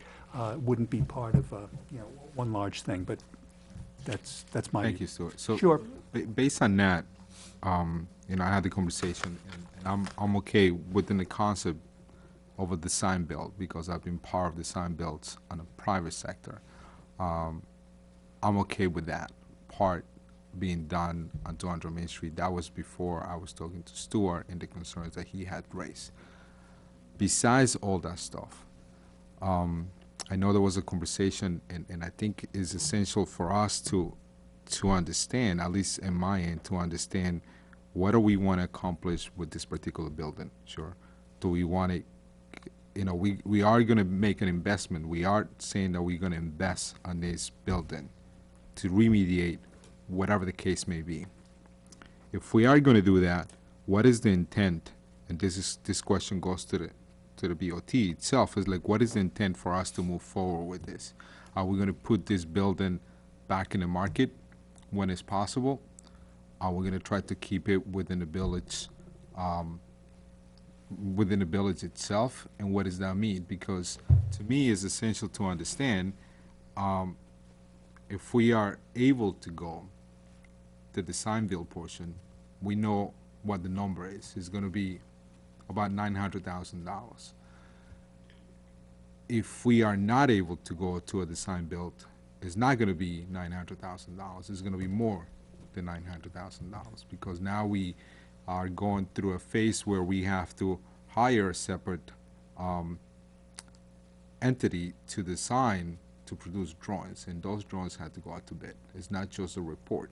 There's a totally different criteria that we have to meet. So it's not going to be $900,000. It could be more than $1 million, so to speak. So that's the part that I need to now understand from the board's perspective. What are we trying to do? Based on that, I will add some other items to it because I think there's a component to this particular building that I would like to bring it up. But I don't want to say anything at this point. If I would like to hear from the board first. What is the intent to move forward with this particular building? So just before I answer that, I just want to hit on some other points. So what you found, you did not found earlier, Trustee Quezada's question is the one that kind of make you identify the oversight. So if he never would have asked you that question a couple weeks ago, you would have never known that we needed a bid. No, that's incorrect. Oh. That's incorrect. I've been reviewing the No, procurement. I'm asking, so I just. I've been reviewing yeah. the procurement policy for a while. This was not, Okay, we just weren't sure then, or, it needed to be resolved. okay, cool. I just wanted to make sure that, because I just wanted to know what happened internally with that, but that's good. All right. So, as you know, all of us, this has been going on for quite some time. I mean, like even before all of us were on the board. And I think one thing that hasn't been addressed, just because it just hasn't, is the intent and future use. All that has been agreed upon, which is not even final, was that we're going to remediate and leave it as a shell, and then we would come back and figure out what to do with the building that now we could walk in. That was last year's conversation. However, that does not mean that conversations and intentions don't change. Every year, when there's a new member or a new board, stuff can change at any time. That was my understanding as the intention when we brought it to the budget last year, when Debbie brought it forward, that we would at least bring it to the shell to then come back and say, look, now we have a building that is not deteriorating, that people and investors can legally walk in. Now, what does the board want to do? Do you want to sell it? Do you want to repurpose it for your own municipal use? Do you want to donate it? Do you want to whatever? So that's just some history, at least for the past year. I don't know the answer, or even I'm okay with restarting the conversation, I guess, as to what, if we still want to follow that plan from last year, or if you're suggesting that maybe we consider altering the plan into actually having an intention laid out first before we even do anything, which is, I'm not saying it's wrong or right. My priority is just to get that health hazard addressed on top of Main Street, since it's our building. Let me sort of answer your question. And I guess if I bring it up, then we can have a better understanding of where I'm coming from. So we met, the meeting that we had was to talk about the operation center and what that was going on with the design and everything else. And part of that, it came up with 200 Main Street. And what does that mean with what has been in the past? I've been in the board or part of the board, been with the BOT for 6 years before that, and as you mentioned, there was talks before that. We tried different areas. There was different suggestions through the years, through more than a decade, and what that building means to the village of Ossining, not just as a municipal building, but just as a historic point of view. What are we trying to get out of that building? We want to make it work, either for a private person or for the municipality itself, I think, at some point. So this is, let me go to the chase, very much. My idea was, and this is something that we talked about there, we have an allocation of $100,000 for the community center to see what the community center means, you know, what the relationship is and what we move forward for the next year. That was part of the budget last year. One of the things that I said, the meeting that we had with staff, was what can we combine the study with the community center and 200 Main Street and have an annex, sort of, pretty much a relationship with what we have in the community center. So we kind of, so it's like different parts to what I want to get, okay? So we've been trying to figure it out, how to expand our community center, what works in the community center and what doesn't work. So at some point, we're going to have that conversation and find a design professional who give us an overview of what that means for our community center itself. So anyway, so there's a lot of functions I think we can take advantage. We know there's some space limitation with the community center, but if we have a different building, a different entity that we can use some of that space, so that could be a programming related to it. We have talked about through the years, or I have different conversations with different people through the years where, you know, they would like to, instead of meeting in the operations center for a planning board meeting or zoning board meeting, they would like to meet in downtown. That was a conversation that we had a downtown manager. It was brought up then, and it was brought up 200 Main Street at that point. So to me, it's like if the board wants to keep the building within the village, we can have that building to be a different It can have, it can function, they have different functions through the day and during the week. We can use it to hold our work sessions and our, legislature meetings. The town can use it. We don't have to rely on the library to have a town hall meeting, or the town or the village. We will have the space. So I think it's a possibility if the board feels it's appropriate for us to do that. So that goes back to the question of, what do we do? Do we spend the $900,000 plus, and what do we go for? So I think we need to make a decision as a board if we want to invest, because if we're going to, so we have to figure out, are we going to invest the $900,000 that we have right now on the budget to make it a shell, a clean shell for whatever happens in the future? Do we want to wait to use the $100,000 that we allocated to the community center and make that work for the 200 Main Street to be part of that? What does that mean? So before we move forward, I think we need to figure it out. What do we want that building to be? And how does that work with a plan that we are trying to engage? Because again, there was some issues with, creating a room at the operations center that will serve, on the second floor for all this ballroom that was called. Again, that's a different topic. It's not related to this, but it's sort of related, and that's why it would come up. It's like, if we have additional space to 200 Main Street, that we can use that instead. So we won't have to hold all these meetings. Now, all the land board meetings, it will be held literally in the downtown.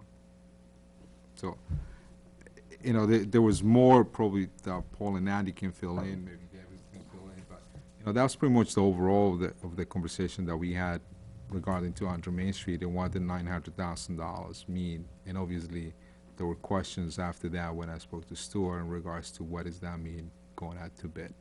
So. Trustee Bazemore, 11. You want to go first? Did you have something to add before that? That was a lot. I do have a lot to add, but I could wait since So, you guys haven't commented. I'll wait.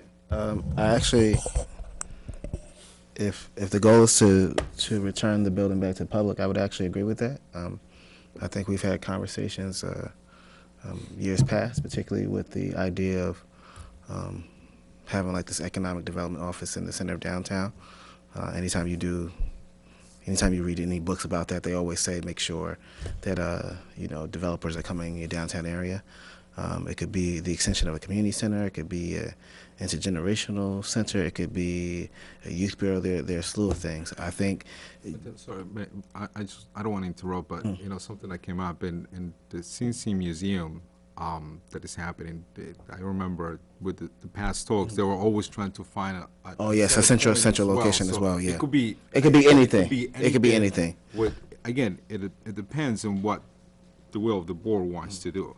And how do they move forward? So with respect to, because we could go on and talk about different ideas. If there was a will of the board to at least make it a public use, I wouldn't be opposed to that.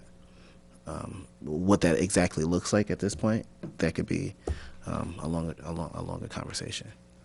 But yeah. But again, it ties back to how much money do we want to invest. So that was sort of like the whole. So I guess the question is, because the reason we're having this conversation is because I guess the next thing we're going to be talking about is a bond resolution and whether or not we're going to put the $900,000 towards that. If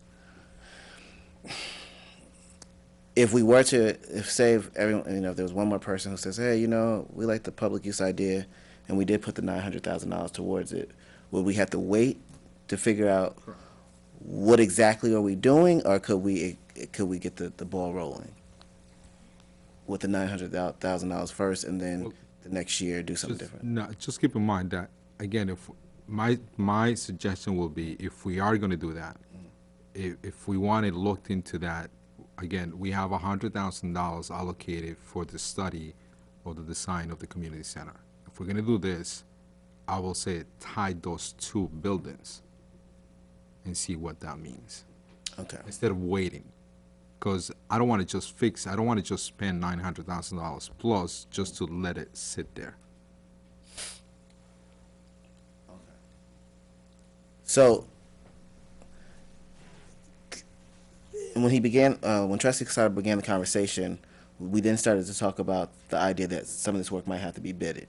So was the purpose of that conversation to basically say that $900,000 may not even be enough in the first place? Correct. Okay. Okay. Okay. Good. Yeah. Trustee Levin? I think theoretically, it's hard to imagine putting $900,000 into something that may totally be reshaped a year later into something where maybe we wasted $900,000 on one hand. On the other hand, there is a responsibility to, more than a conversation, think about, do we have some sort of problem that there isn't enough public space, even if it's not perfectly in the center of the village, that we shouldn't be looking for private investment and in that building, which is well beyond my years on this board. But I thought as a citizen, that was all the conversations. I'm sorry? It's about 15 years ago. Yeah, I mean, about like, that we need private investment, not necessarily public. So this is like a conundrum. If you pour 900,000, it could be 700,000, it could be $1 million. But let's just say 900, it's not nothing. What problem are we solving for? The community center isn't so overused for meeting rooms, and neither is the operations center that, people are waiting online for space. Yeah, there are days, sure, where it's crowded. I'm not saying it isn't, but then it's a question of, do you go private or public? Honestly, I have to tell you that I think one of the reasons things don't get done in that building, I mean, frankly, it has no parking. So you start off with like a beautiful building without any parking, which is a serious problem. So we're back to, what do we want to do with the space? And while I understand that we discussed we have to clean it up, it's our property, but most people, until they know what they're going to do with something, don't. They don't pour $900,000 in something that they haven't figured out what they want to do yet. Or they get somebody else to pay the $900,000 because they know what they want to do with it, and that becomes part of the gig. Because we have a fiduciary responsibility not just to create public space, but to actually be very on top of our tax revenues. We might be in a nice little economy right now, but we're not always in a good economy, and we've all been there. And decisions are made, and then, Mount Kisco redid its entire village, and now half the stores are empty. They never predicted that. It's a very affluent area over there. But something happened, and then they're going to fix that. I know they will. But, it's hard. So this is a chicken and egg conversation for me. But the worst part of this conversation for me is I am so uncomfortable having 5 of us make that decision on our own. I just have to say, I just don't feel I have an expertise in this. I don't feel like I have an answer, which is, I usually have an opinion, one way or the other that I'm leaning, but I'm just so uncomfortable about, and it's not that I think any one of us is any smarter or dumber than any other boards that we've ever had. That's not my point at all. It just feels like it's the middle of our village, and deciding whether it's public or private is a huge issue. Right there. If it cost a couple of $100 to clean up the mold and all that, yeah, but now it's like sort of 900, could be $1 million. It's not nothing, for a building that nobody's in, but it's the right thing to do. So I feel like there's a lot of chicken and egg conversations, so I just have to say I'm sort of not anywhere with this. I don't mean to confuse anybody. I like the idea that the community, I think we need to redo the community center. I think that it's long overdue. Connecting it to 200 Main, it's a nice idea. Like, how does that work? I would have actually connected it to the library with a, with a walkway that goes around. To be honest with you, it would have been better. What? No, that's what I think should be done. And you put like a restaurant in the walkway, the way Regeneron did when it connected all the buildings. But and they have an architect that did that. It was a great use of space. Seriously?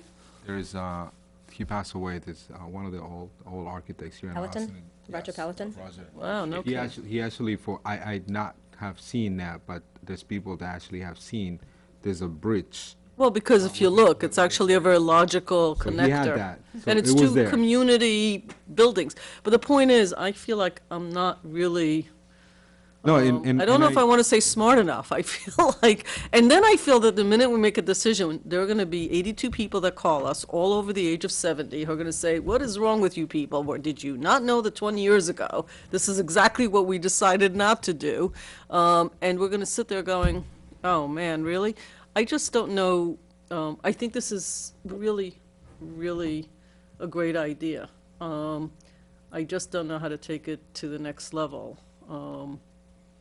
And it's not whether we have the right to do it or not. That's not at all my question. But deciding whether it's public or private is key. And if we do private, so why not have somebody else pay for it, which is one route we took. Didn't work out so well. To decide whether we take it public, okay, now comes the conversation. Like, is it a community center, is it a totally different thing? Do we sell this building and use it for something and move it to, I mean, I don't know, I'm just saying, like, it then becomes like, what do you do with it? Then I have to say, then what's the point of the comprehensive plan if not to look at this sort of scenario? How long is that gonna I mean, I feel like we need to sort of think a little bit about what you just sort of dropped in here, because I think it's like a very meaty conversation, but maybe the four of you have actually opinions about the I 200. haven't commented yet, I know. And he has maybe one I to just say. don't have an opinion, which is why I'm sort of stuck a little bit, so I'm going to stop talking.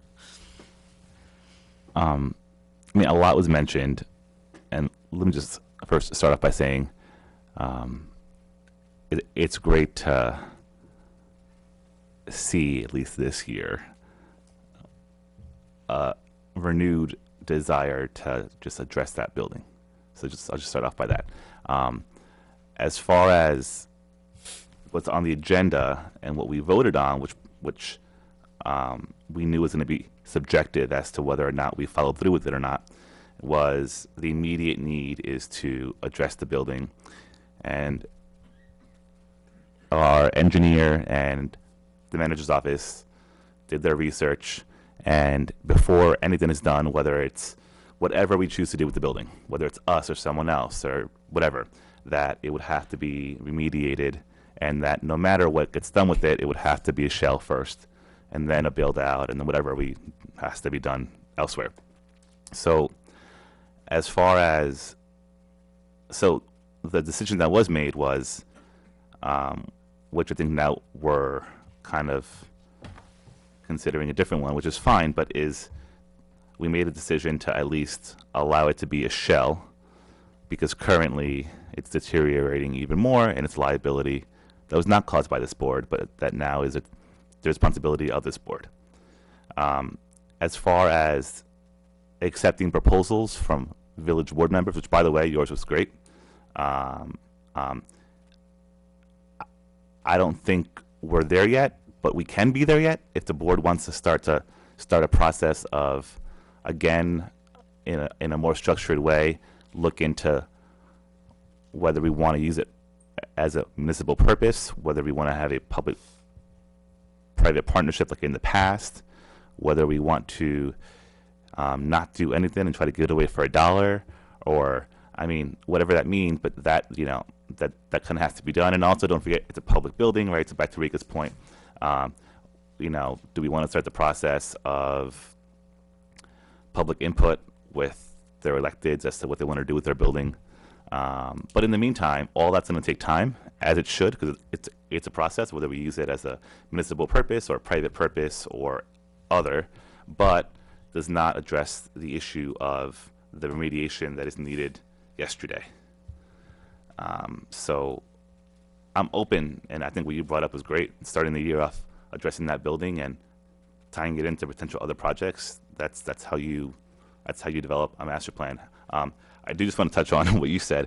I never want to have another building that we acquire, because we could barely handle the properties that we have and maintaining and the costs associated with them. So I don't think it's the intention of this board to get any more property that we can't manage as far as, you know, so. That was like 50 years ago, right? 15. Yeah, that was a while No, ago. no, it was donated when? About 15 years ago. It's been empty for about 50 years, it's been but it was empty for donated to 50, us as a excuse me. 30-year-old empty building Right, or but it whatever. was, right, but it's So- been around. I think it's only been empty for, anyway, So I'm okay with, Couple few decades. I'm okay with, Maybe 30. Yeah. starting the process to go into like evaluating space use and needs and what's permissible, but I am very hesitant in delaying the remediation that is so urgent and so needed, regardless of what we choose to do with it or not. Understood. I hear you. Okay, so I've been listening. I just want to first start off by clarifying something. The desire to address this building has never wavered. The board a few years ago decided to put it out to RFP, to consider alternatives, selected one.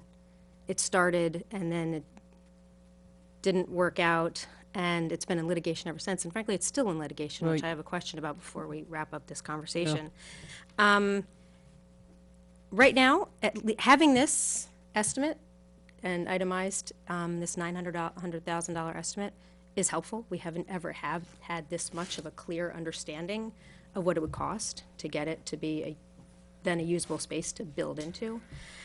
So if we did decide we wanted to sell it for $1, we are telling people, even if we sell it to you for $1, you're gonna have to put $900,000 into it before you ever think about, putting in a kitchen or store shelves or a theater or whatever would be done with it. And I just, reflecting on what Trustee Quesada was saying about it being for public use, that was the original intention when it was donated to the board. And I 100% agree that I do not want to be a part of a board that ever accepts another white elephant. It is beautiful, and I can understand the desire that people had then, which we still have now, which is this magnificent flagship building at the entrance of our downtown, and us trying to help it become something wonderful and understanding it's a challenging business, and maybe it's not going to happen easily without some public intervention. And I think we all agree on that, and we're all struggling with how to make that happen. The new roof last year was incremental improvement to, keep it from getting rained on the inside, which is an important step in preserving the building so that something can happen to it and the $900,000 doesn't keep increasing. I would like to ask Paul and Andy, as soon as I finish my comments, about now that it's not getting rained on the inside, obviously the remediation is $900,000. With the condition that it is in right now, which has been growing for decades, what is the rate of further deterioration? Is it continuing to deteriorate? Just hold on one second. And my concerns about the potential for it being a public use, even though I recognize everything that's been suggested about how it's wonderful to have people, more meetings and a wonderful place to gather. And I think parking, updating Route 9 with the DOT would actually mitigate some of the parking challenges, whether it's us or a private venture that goes in there. There could be parking on Route 9. There could be much more welcoming pedestrian access to the other side for the eastern lot or for some of the side streets. Like, it will get incrementally better as some of the other big initiatives are moving forward. So I'm not, I know I should also mention, this is the first time I've had a real conversation about 200 Main Street in years, because I recused myself from the decision-making once the last, the decision was made to go with the last company that attempted to, the village started down a path with, because my husband has personal dealings with him, so I just recused myself from that, but we're more removed from that now, talking about how we're going forward. But there are two questions that I have, one for Stuart and one for Paul and Andy. Stuart, I know you feel confident that we will prevail in court, but this is now round 3 of the litigation. What happens if we don't prevail? And Paul and Andy, what's happening to the building currently, as if we don't if we don't undertake the remediation now, if we say we're gonna wait till litigation is done, or we're gonna put it out for RFP again? I need to know, like, is it getting worse by the day, or is it, now that we have a new roof, we're okay for now? If the village does not prevail, the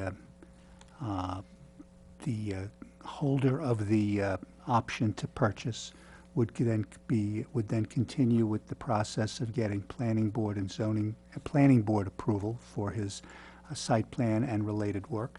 And assuming that he gets those approvals, he would be allowed to proceed with that and do what his plan was. That would be if in fact he was ultimately successful in his lawsuit. And what if we had already just put $900,000 into it? We can't, can we even do anything while it's in court? Well, it's still our building. Oh. Building has never been transferred. Got it. So there's an argument that we would have to make a claim over against them for whatever monies we put in to essentially keep the building, be it an empty shell or in some way, as a claim over at that particular point. That's something that I have discussed with our outside counsel. But long and short, that if there was a decision in favor of in this case, the plaintiff, they would, then the court would essentially be finding that they can proceed. They're asking to revise the contract, but essentially they would be allowed then to continue the process that had stopped when we held them in default.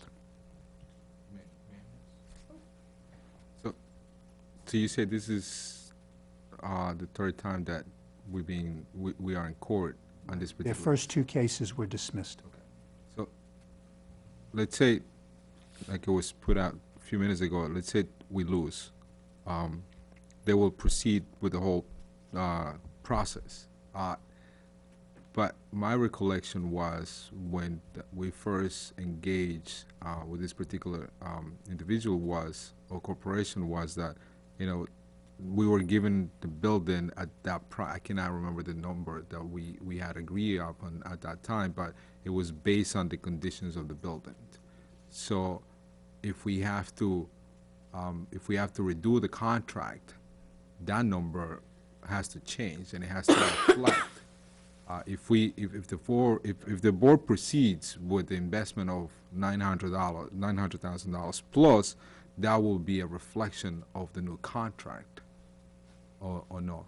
They don't have to accept it, do they? I don't think that's correct. We're getting into advice of counsel. I don't think we're on a sort of a realm here which I Yeah. do not think needs to be I understand. public discussion. So Thank you. suffice to say that there is a pending case. Okay. It was recently started for the third time, and it will be defended by the village. Thank you, sir. What was the other question? Didn't you have The a condition of the building, is Oh, it right. deteriorating day by day? Can I just add a second question? Yeah, if you could? After you answer that, if I own that building, either personally, residential, or commercial, and it was in that condition, what would I be ordered to do immediately? Okay, I'll answer the Omar's question first, I think probably best. You would be asked to perform by the building department anything necessary to suit the intended use. And if you had no intended use and there was no remediation component that the public would be subject to just passing by, I'm not sure what you would be subject to if you had to do anything, kind of what we're doing now. Because it's an interior space that's not being occupied or entered, and there's no threat or health hazard posed. If you were going to occupy it or enter it, then that can take on a different flavor. So it was a kind of a generic question, so I try to keep a generic answer. But echoing what you said earlier, I think a few of you said it, that remediation is a prerequisite regardless of what you guys decide to do. And in line with your question, there were some things that are different now versus the original. So yeah, we could expand on that. I can expand on that for you in the advice of counsel if we go into it. So with regard to what we did on the building in the past about a year and a half, 2 years, we had never really determined there's water in the basement and there was mold in the basement. There was identified asbestos, piping, insulation, etc. So when we went in there to try to get our arms around what needed to be done, we needed to get a hold of the water that was continuing to enter.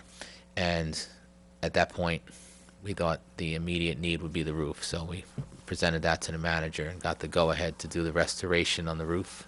There's 3 flat roofs there that we completely rebuild. We took all the dunnage off of the roofs that held the condensers for the HVAC systems up there. And I think we passed those pictures around via email, so I think you saw those. In conjunction with that, we repaired and reconnected some of the leader piping for the drains on those roofs, which were broken inside the building. So they were collecting water, but then just discharging it into the building.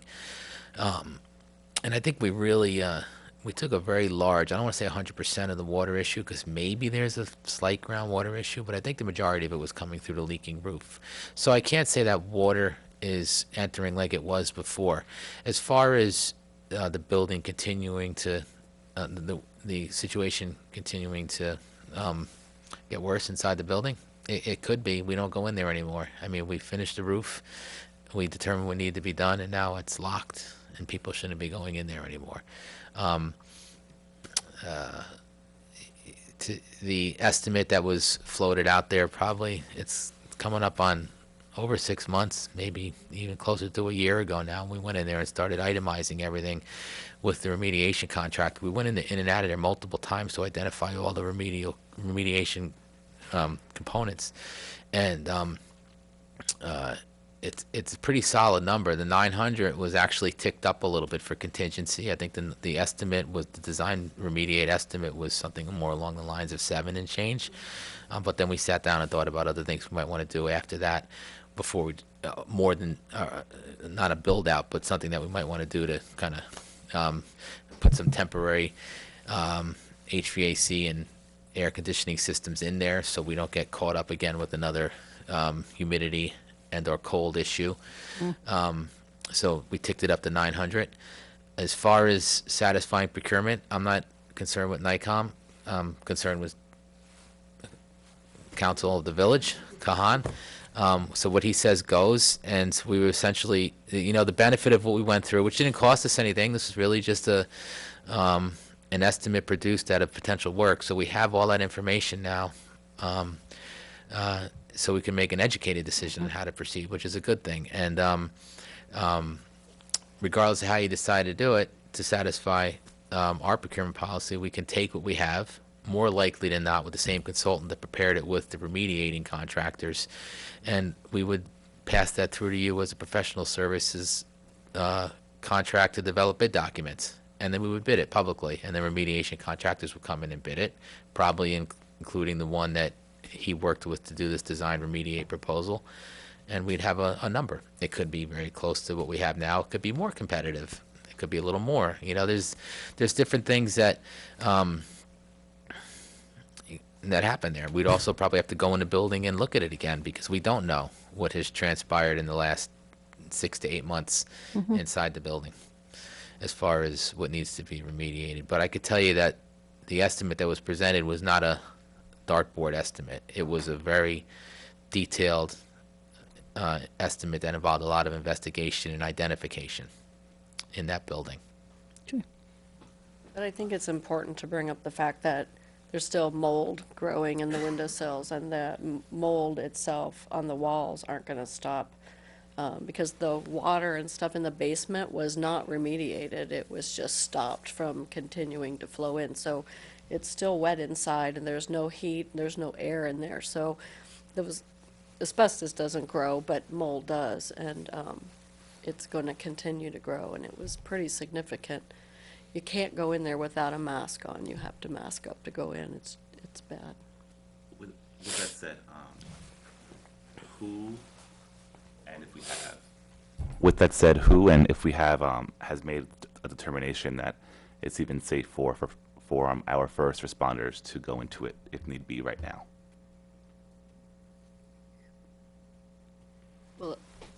There's nothing active or live inside, but they would have to suit up and they'd have to mask up to go in. So You do that anyway. I guess we're still at the beginning spot. Do we Yep. spend the $900,000 and start it off, or do we I kick think the can down the road? Well, I'd like to make a point about economic development, though. So when you talk to a developer and you say, I'm going to give you this building, but you're going to spend somewhere up to $1 million just to clean it, before you spend another $1 million to $2 million to put everything in it that you want, is a large chunk unless there's some kind of funding out there that's going to offset that cost. I don't know the likelihood of those type of funding streams unless you have somebody that's big. It's a big chunk to say, I'm going to give you this building, but it's contaminated, and you have to go through all this. So I just wanted to make that point, because I think the reason when I first got here and I looked at that building, I thought, it's going to be very hard to move this building if we don't at least clean it up. And I think that's where we started the discussion a year ago. I mean, the fact that we had such a detailed proposal, as you said, and the time has been taken to just, I mean, I think it would be great to have the shell and then have the conversation that was started tonight as to what we determine its use is going to be going forward. As far as the legal stuff, that we have to wait and see, and there's really not much that this board can do about that right now. And from what I hear, there's no temporary way to address the conditions that are getting worse day by day, right? This is it, right? So, the roof, I mean. We put the, the best stopgap measures that we could in there right now. Everything else is hazardous remediation. We also disconnected the electricity 2 years ago, so that's not a hazard.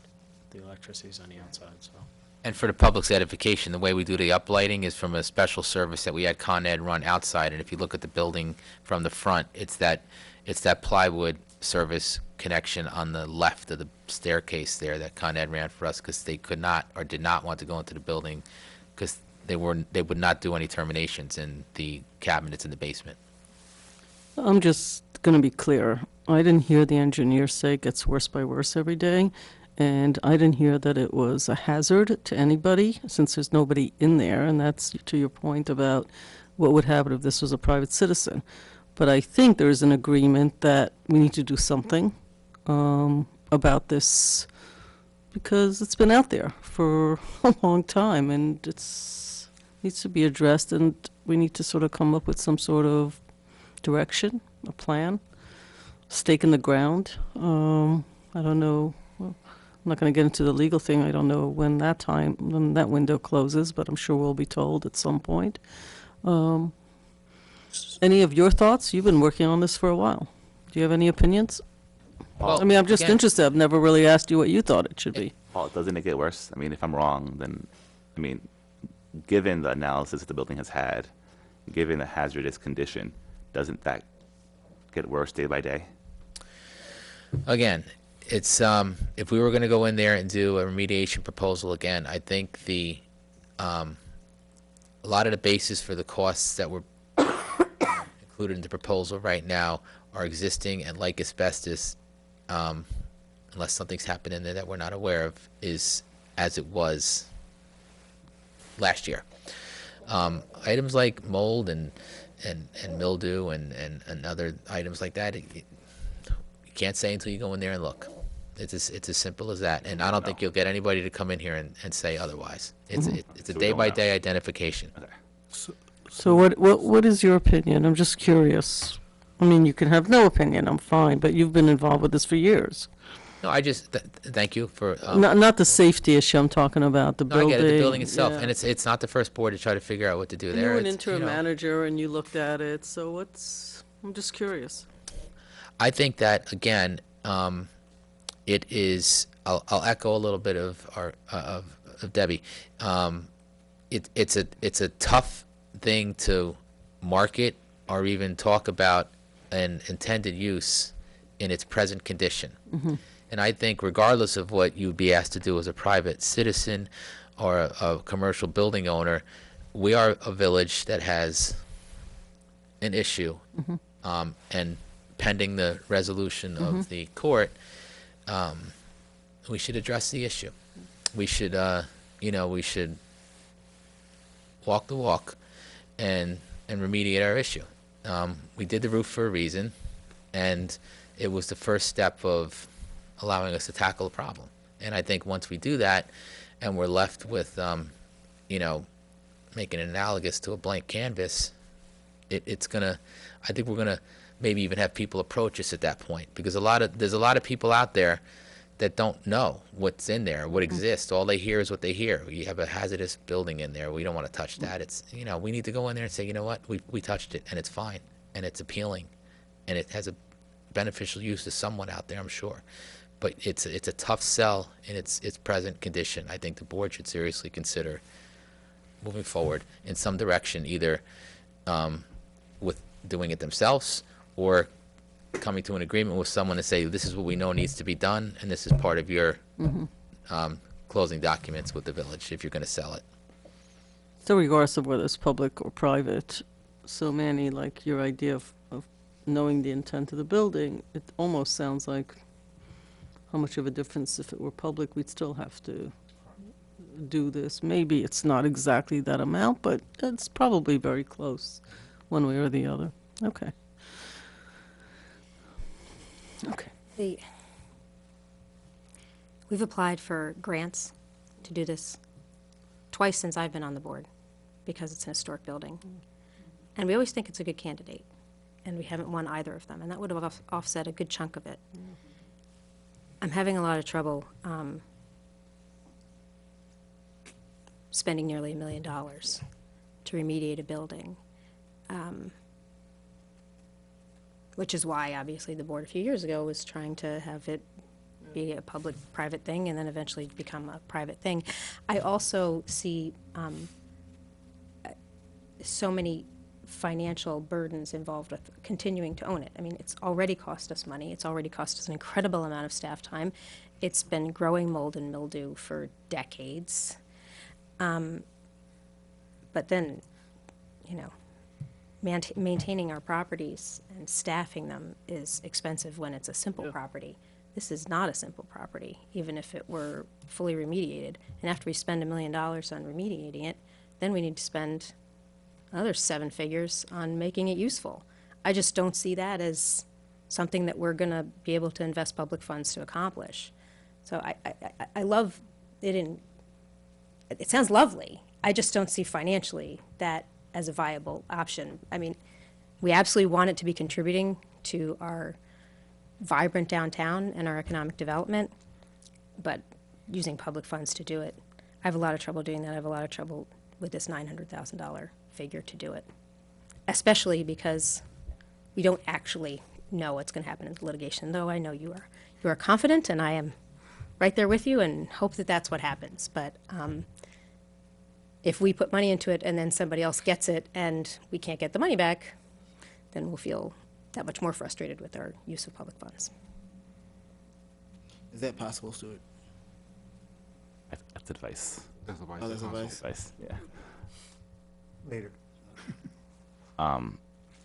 Yeah, I totally understand with what you said. You're not wrong at all. It's kind of what I said earlier about just, how much more can we handle as a village for taxpayers. I'm conflicted because it's a public building, right? So it's not like we never stopped owning it or we were handed this. So it's not a blame game. But then it sounds like when I joined the board in 2014, we knew, even with the RFPs, it's going to be up to $1 million to remediate. So to me, that number was not a surprise.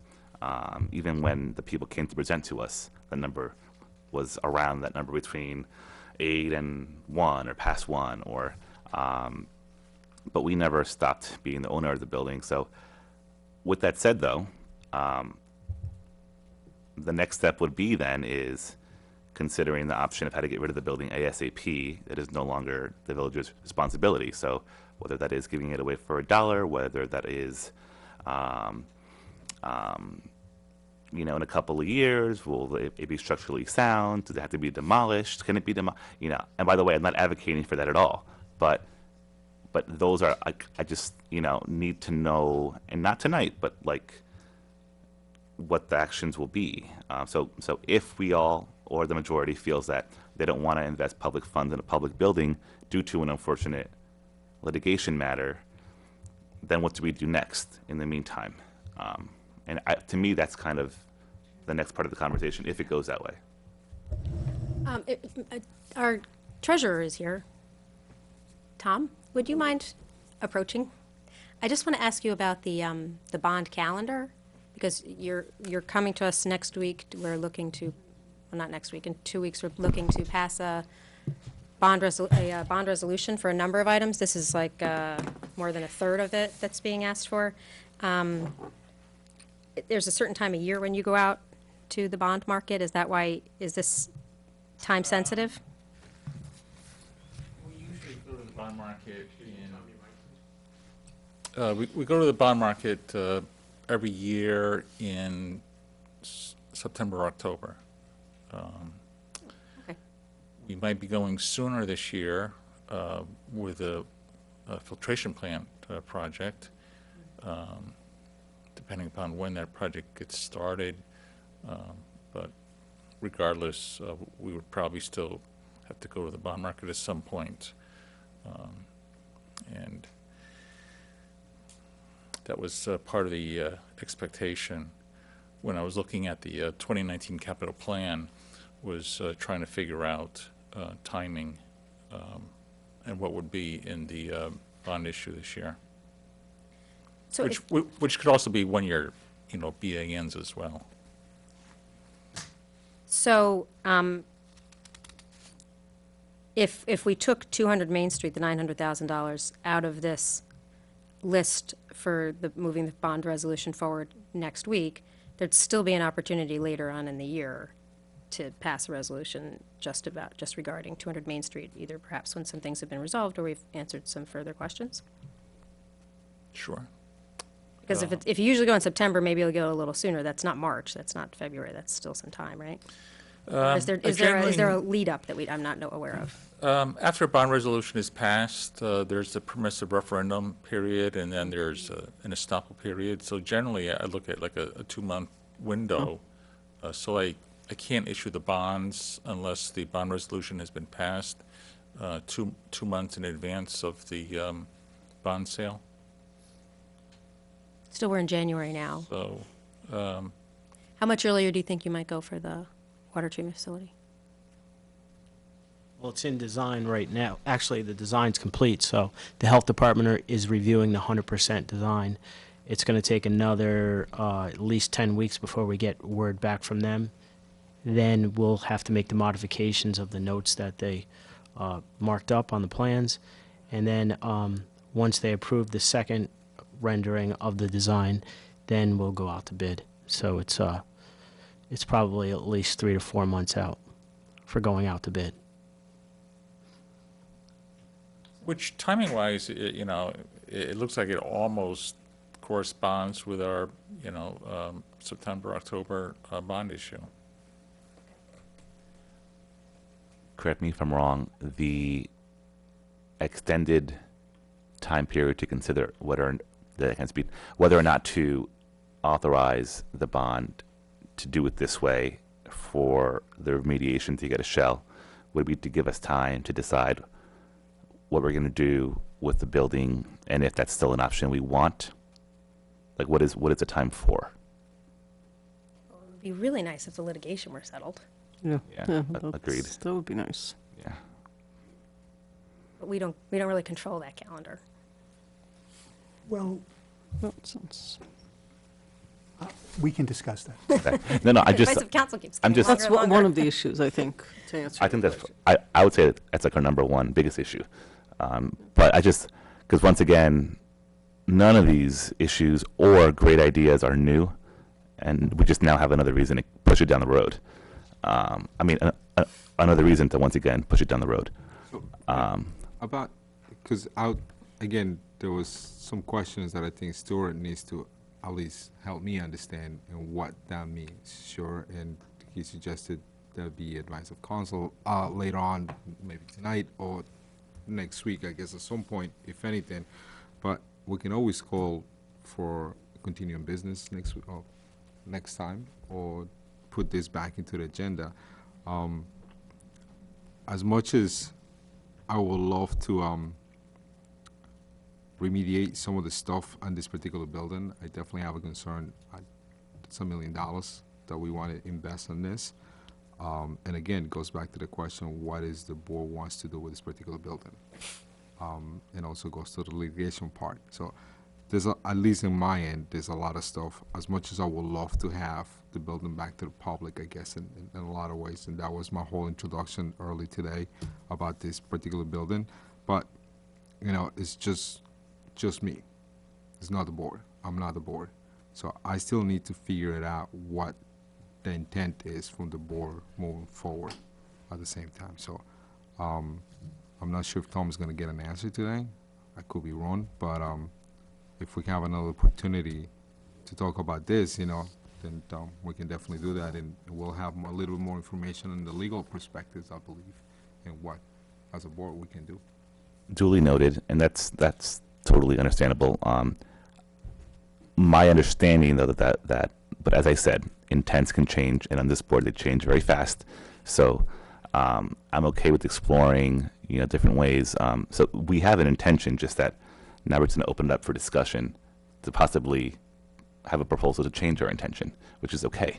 And of course, we had the legal aspect, which we'll learn later tonight.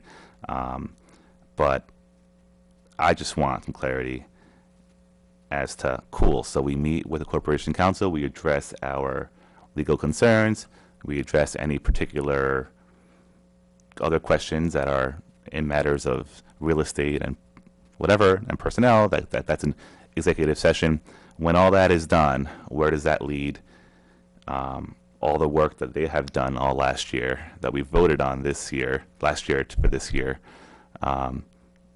it's just, I just don't see a clear path given all the obstacles. And I'm not saying that we caused them, because the biggest one is our lawsuit, but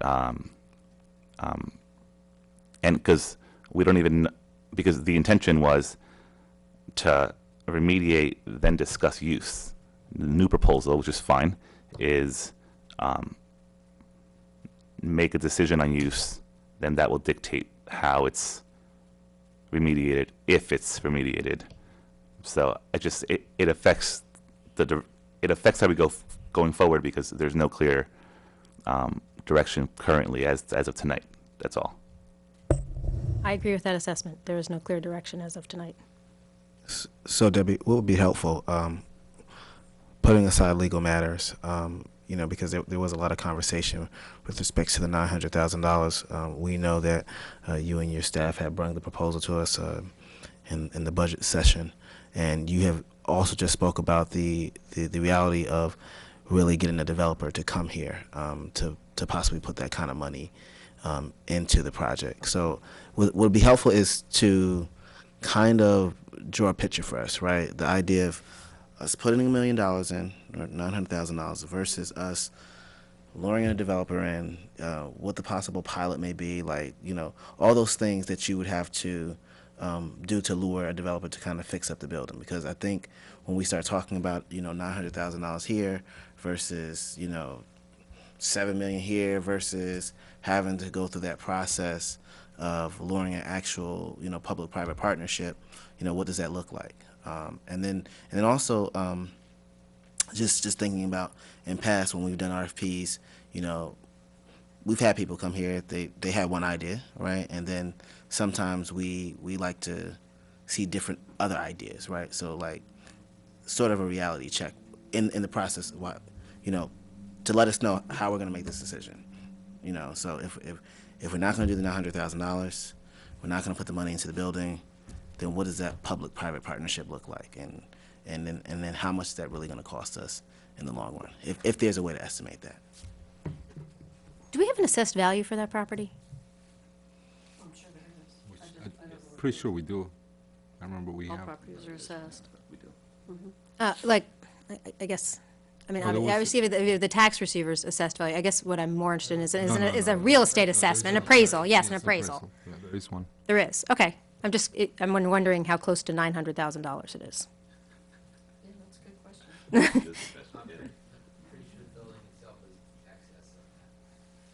So essentially, if we sold it to them for $1, they'd have to spend $900,000 to own it, but that could actually be a bargain if the property were in good condition and then we sold it.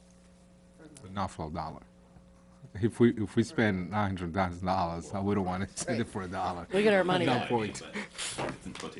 And, yeah, but we're not in the real estate business. We don't want to be in the real estate business nearly to the degree that we are. And one other thing I just want to understand, just because it came up a couple of times tonight, if this property were privately owned, and Stuart, and just going to ask you, because we've talked a lot about vacant properties, if a property were privately owned and were known to be filled with, in need of remediation, and they were hit with a bunch of violations, I mean, you're supposed to keep your property is supposed to be kept in habitable condition, whether anybody's currently inhabiting it or not, and if it doesn't, then the village would take ownership of it, right? Could The take ownership village of it. could, and we also, under the vacant registry, it would have to be registered, and they would have to maintain the building in certain ways, and pay a fee to the village based upon the size of the building, and this is commercial, so the fees are higher, would be higher if it was a private person who owned it, in terms of the vacant registry. So that, yes, they would be obligated to do certain things in that regard. And, And if they didn't, then we could take ownership of it. But if we don't, can somebody else take ownership of it, please? I wish they would. We're just would in be great. violation of our own policy, but that's it. No, I don't think so. I think he said it depends on the intent of the building. This building has no intent, therefore, I think it's sort of an interesting, could take it to a law school and figure this one out. Can we get an opinion on that? No, but I would actually like to know that. Can we get an opinion about if the municipality neglects a building that's not being used by anyone, really just no use, no intent, what is their responsibility for it? That I would like to know. I'm happy to get that answer for you. All right, all right. I think So it's the prob- only conclusion here is that no one should donate any buildings to us. That's for ever sure. I think we all again, agree on and we that. will not accept any donated buildings. Is that what we've learned here tonight? Our next topic is hopefully brief. It's the bond resolutions for 2019.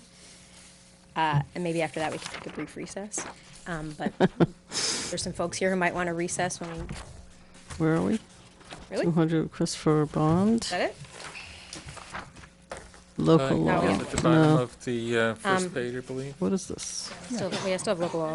Right? No. Whole back page. Yep.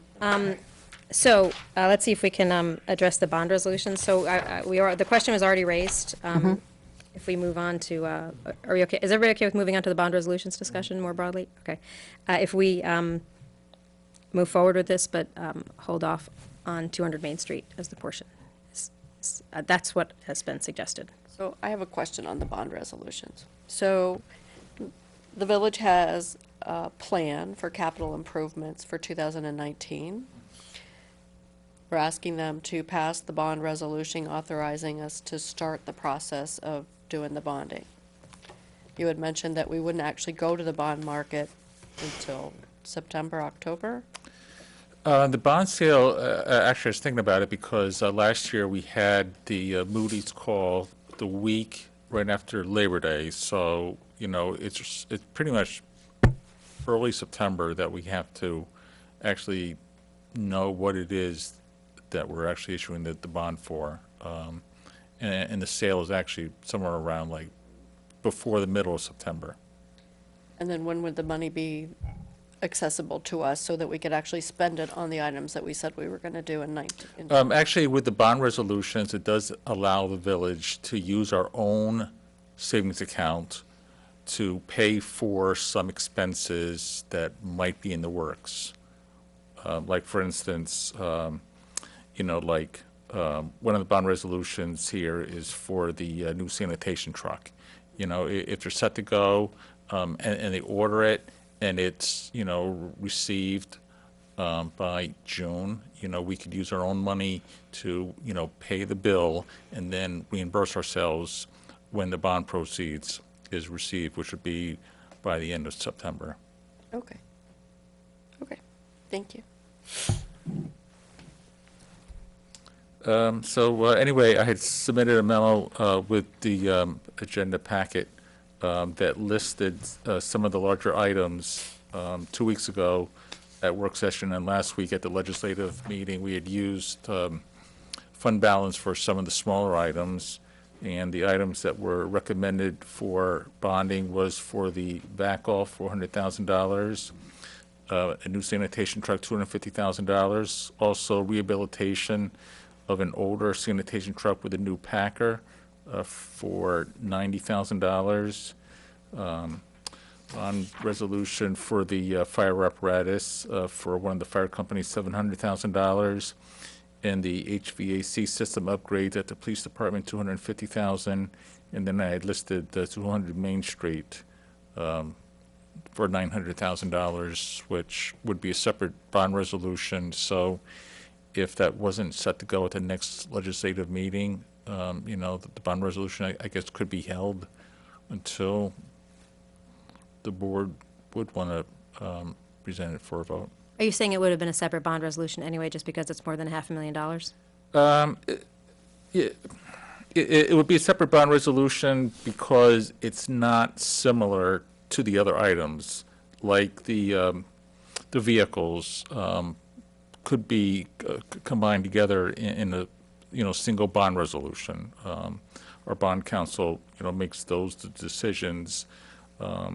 You know, there could have been a possibility that possibly the HVAC systems, because it involves building improvements, you know, could be combined with the 200 Main Street, but I asked our bond counsel to specifically write the bond resolution separately for 200 Main Street, not knowing for sure what was going to happen.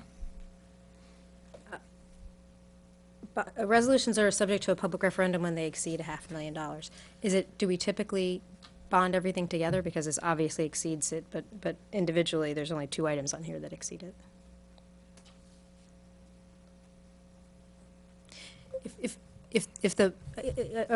I'm asking a legal question, like, we're subject to a public referendum on any item that costs more than $500,000. If they're all put together in one resolution, then some of these which are under $500,000, does that make them subject to? Did you say public referendum? Because these resolutions will be subject to a permissive referendum. I misspoke. And it's a permissive referendum because the period of probable usefulness is more than 5 years. I don't think it has anything to do with the dollar amount of the bond resolution. I'll defer to the treasurer, but I'll have you check it. But it would only be a permissive referendum. It's not a. That is what I meant. That is what I meant. But I'll double check the other one. I'm sorry. No, you didn't know the question was coming. It's just something that we've discussed in recent years.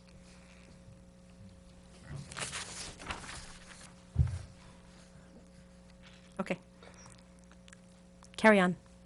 That's basically it. There would be the bond resolutions, and then there would also be the corresponding resolutions to establish the capital projects, which provides the appropriations, you know, once we get through the permissive referendum and estoppel periods. That would be part of the bond resolutions, but it would at least allow the departments to start planning and to get the purchase orders ready to go once these legal hurdles have been passed.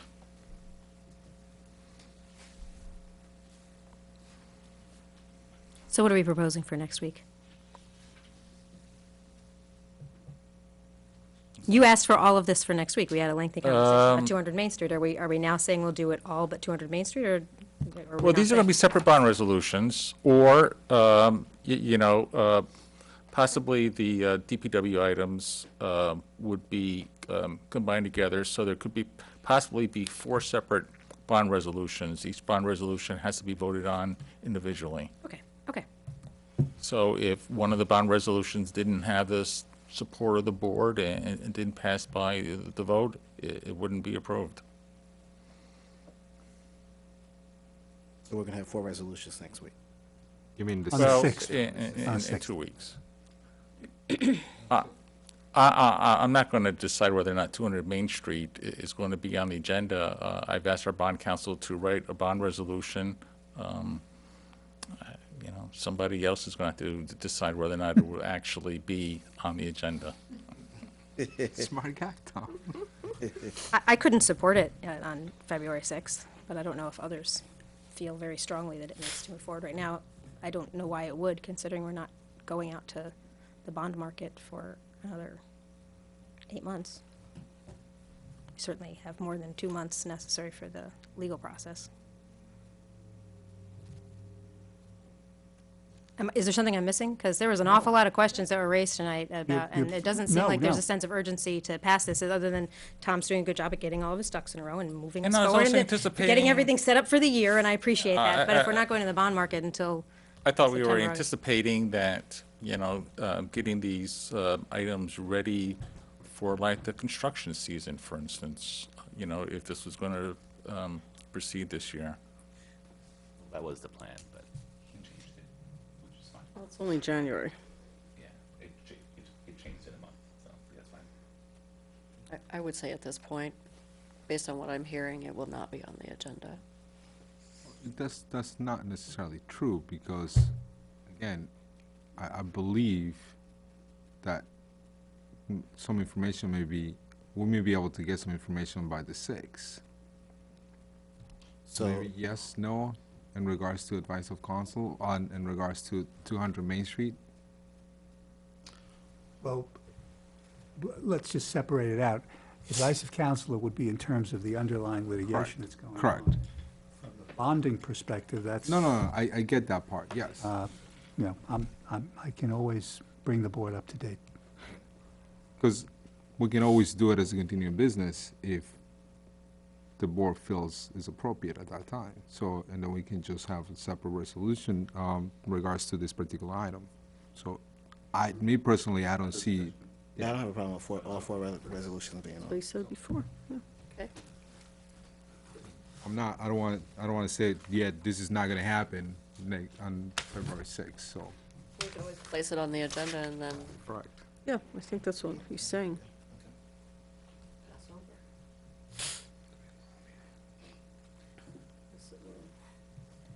Okay. Okay? all right. Is that it for Tom, Andy, and Paul for the evening? Yes. If it is, then let's take a 5-minute break.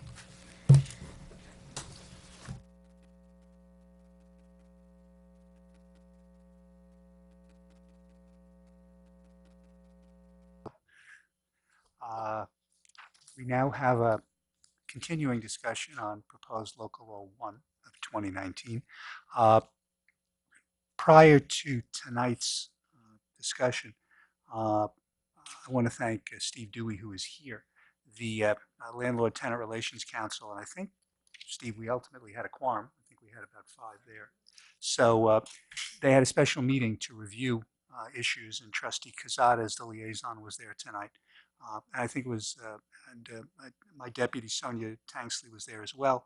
And I think it was helpful because there were a number of issues that were discussed with regard to what aspects of basically what is it that we're looking to do and how can we accomplish what we want to do.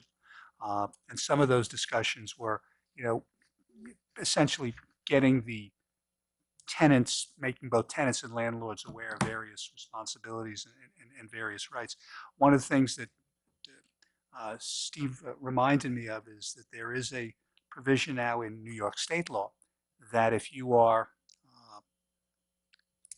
leasing, if you have a building with 3 or fewer units, at the time of the lease, the landlord has to present to the tenant the actual certificate of occupancy, or at least a document which reflects that there is in fact a valid CO for that living space, not necessarily the entire building, but that living space. That's something which is, as I said, codified in New York law, but it would not surprise me to find out that many of our smaller landlords in the village simply don't know that that exists. It is a requirement, and one of the things we talked about tonight is, even though it's in the state laws, it's worth considering that might be something to enact, or at least put into a proposal that we have, so that landlords are aware of their responsibility. And again, it's only 3 or fewer. But we have a number of buildings where folks have turned 2s into 3s, or create certain situations like that. So that was one thing that was talked about tonight. There was a significant discussion with regard to written leases and what can we do with written leases. Last time when I was before the board, I mentioned that New York does recognize that you can have month-to-month tenancies which do not require a writing. And just to clarify something from last week, if your lease is greater than 1 year, you must have a writing. So if you're exactly 1 year, you actually do not need to have a writing. But the question that came up, and a few of the LTRC members said that they felt that a writing, regardless of the length of the lease, was important because all leases, both oral and written, have to have a couple of required elements. What is being leased, the term of the lease, and the rent that's being charged. Now, in an oral month-to-month, we have no way of knowing. I don't know what the tenant is told. We don't know what the tenant is told.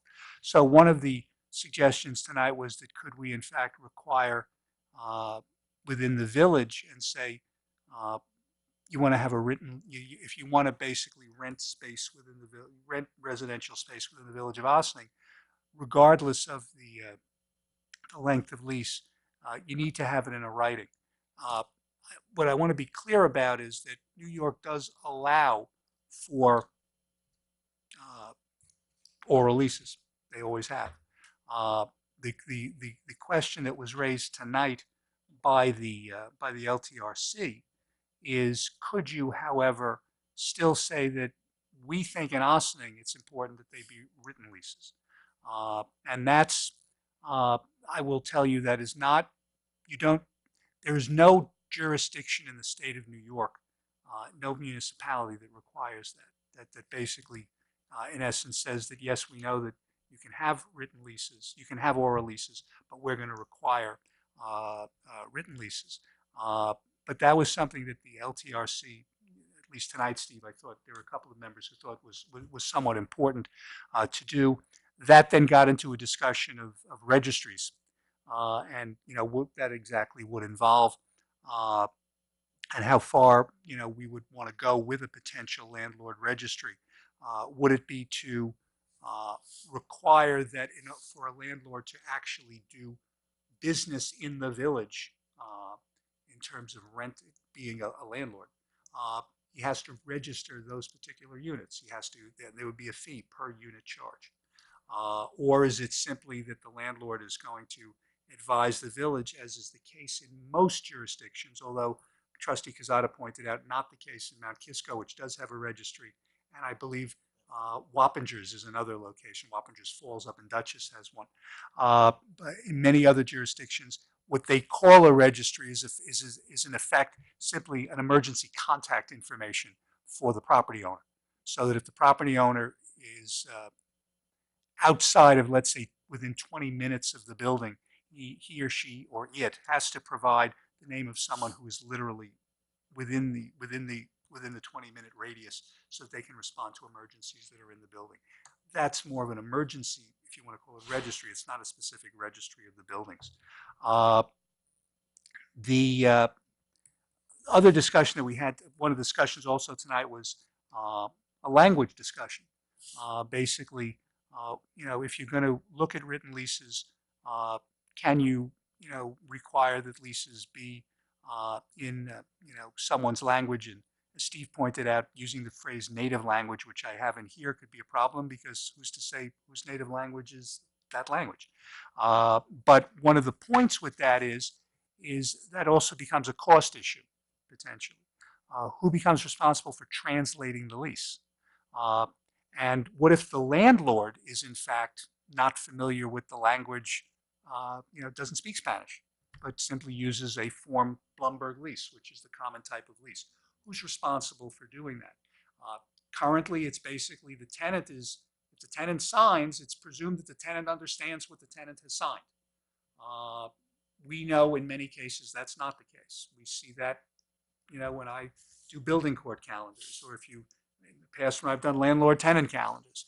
But the fact of the matter is that if you want to impose that, a language requirement or a translation requirement, the question is who's supposed to pay for that? Does it become the landlord's responsibility to do that? And who's to say if in fact it's an accurate translation? New York requires that the leases be in what we call plain English so that it's understandable. New York does not have if you want to call it a plain Spanish requirement or a plain Portuguese requirement. They simply have a plain English requirement, and that's all that's required there. But where a lot of our discussion tonight focused also was on the issue of simply enforcement. If we presume, for the sake of this argument, that the village was to enact something that required written leases across the board, what would the penalty be, for example, if it was not done? Currently, for example, if a tenant suffers something as a result of a landlord's action, the tenant is the one who is able to proceed in landlord-tenant court. The best example of that is what's commonly called as the warranty of habitability, which says that there are basic elements that a landlord's supposed to provide in a building.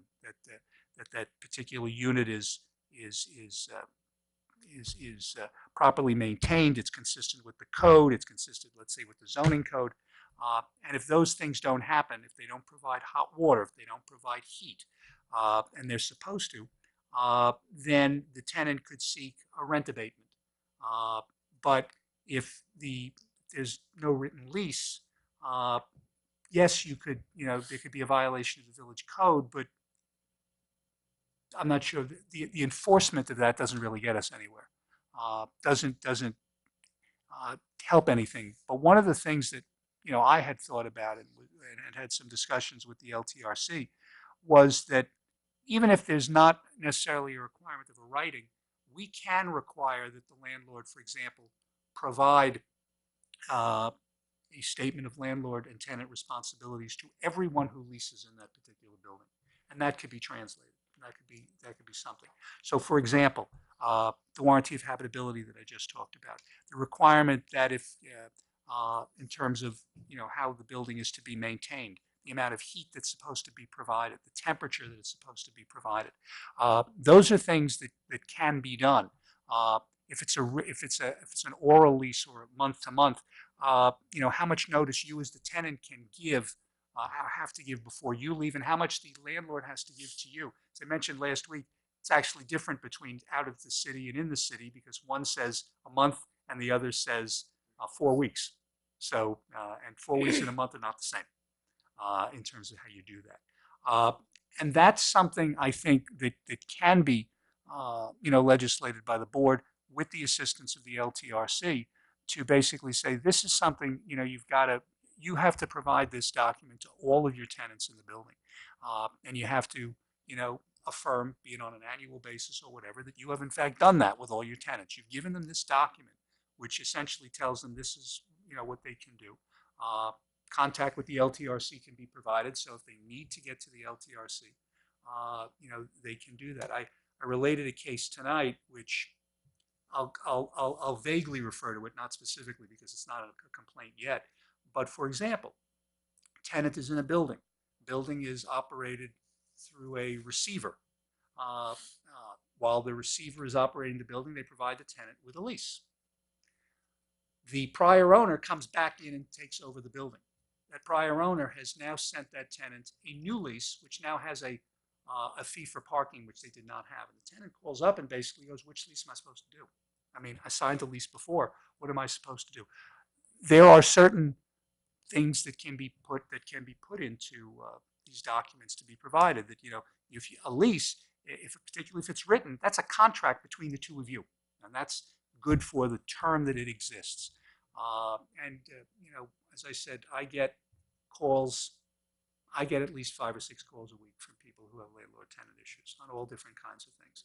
Some that can be dealt with fairly quickly, and many of them I simply refer them, they fill out the LTRC forms, because as I think Steve said previously, they did 18 complaints last year, many of which have, gotten resolved. But I do think that being able to notify the tenants and frankly the landlords of what their rights and responsibilities are is important. That is something that I think can be legislated. And I think that is something that can be required in any type of lease. It can be month to month. It can be written, be more than a year. And that is something that the landlord has to provide. What would be the impact if they don't do it? That may be that's still something that I think has to be looked at and worked out. Is there a fine that goes to the particular landlord that the village can impose? We don't want to put more strain on the building department, because that's really not for them to do. And my manager would come over and would lock my door and not let me out. So we won't do that. But there are, I think, in one of the proposed laws I had it here is that, there'd be an affirmation that would go to the Corporation Council on an annual basis that they have done this. But I think if the idea is that the tenants be provided with certain, know what their rights are, that is something which, we were talking with the LTRC, and as Trustee Cazzato was there, that I think is something that can be done. And I think it's something that can be put together. Trustee Cazzato mentioned that as of April, the requirements for the smoke and CO detectors will be changing in terms of, I think they have to be 10 years and the batteries are not to be replaced, or Batteries are actually built in. They're built in, Right. and that actually passed in 2015. Right. So it was like a 2-year lapse, so to speak. Okay.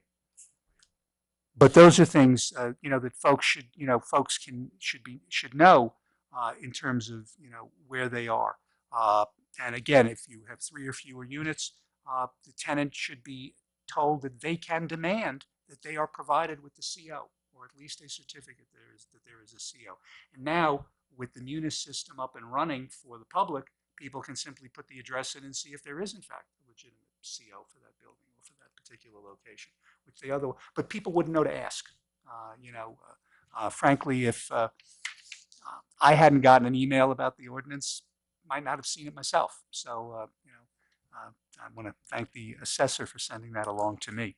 But that's something, that I think certainly should be looked at and do that. Much of what is in the proposed local law, this is something I discussed with Trustee Bazemore last week, is already codified in New York law. And that's understood. There are a few things that are not, but the document that I'm proposing here, and that there was some discussion about tonight, would go beyond what you see in most other jurisdictions, because you'd basically be compelling the landlord to give this to the tenant and say, this is what you're entitled to. It's in addition to what's in a written lease. And if you if you're just going month to month, it's probably the first document you're going to see, other than just how much you're supposed to pay. So that's something that I think is certainly doable. There was also a question raised about a local scree and dree program. And while that's not referenced in Local Law 1, the answer is that can be done. The issue, though, that would have to be looked at with a local scree and dree is that, as you know, under the existing scree and dree program, which is through ETPA, the amount of the abatement is basically based upon the rent increase, and the rent increase is determined by the County Rent Guidelines Board. If you don't have a County Rent Guidelines Board and you don't have scree and dree, the question this board would have to answer is, how much of an abatement are you willing to effectively give to those folks who are either over 55 or are disabled? The ceiling right now in terms of the income, I think, is $50,000. That's the maximum, and that's what we currently have on our books. So even if you kept the $50,000, the issue would be, what would you do with the rent increase? Because if you don't have ETPA, you would have potentially increases that would certainly be in excess of what is now the current. I think it's 0% for the first year in Ossining, and just about a little bit over 1% for 2 years. and obviously the guidelines board will look at that again next year. So that's something the board would have to look at, because you could conceivably, if you didn't put a cap on that, you could have someone raise their rent, let's say 9% in a given year. That would be a fairly significant abatement across the board. And that would, again, just be on the village property tax end. It would not affect school, it wouldn't affect the town or the county, it would just be on the village end. So that would be something that certainly would have to be looked at by this board as to where would they think would be, something reasonable. But to the extent, could it be done on a local basis? The answer is yes.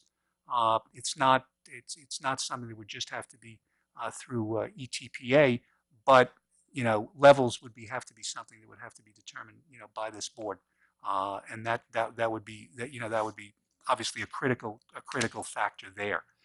So again, local law 1. We had a good discussion tonight with the LTRC, and it continued after I left, I know, and Trustee Quezada was there as well.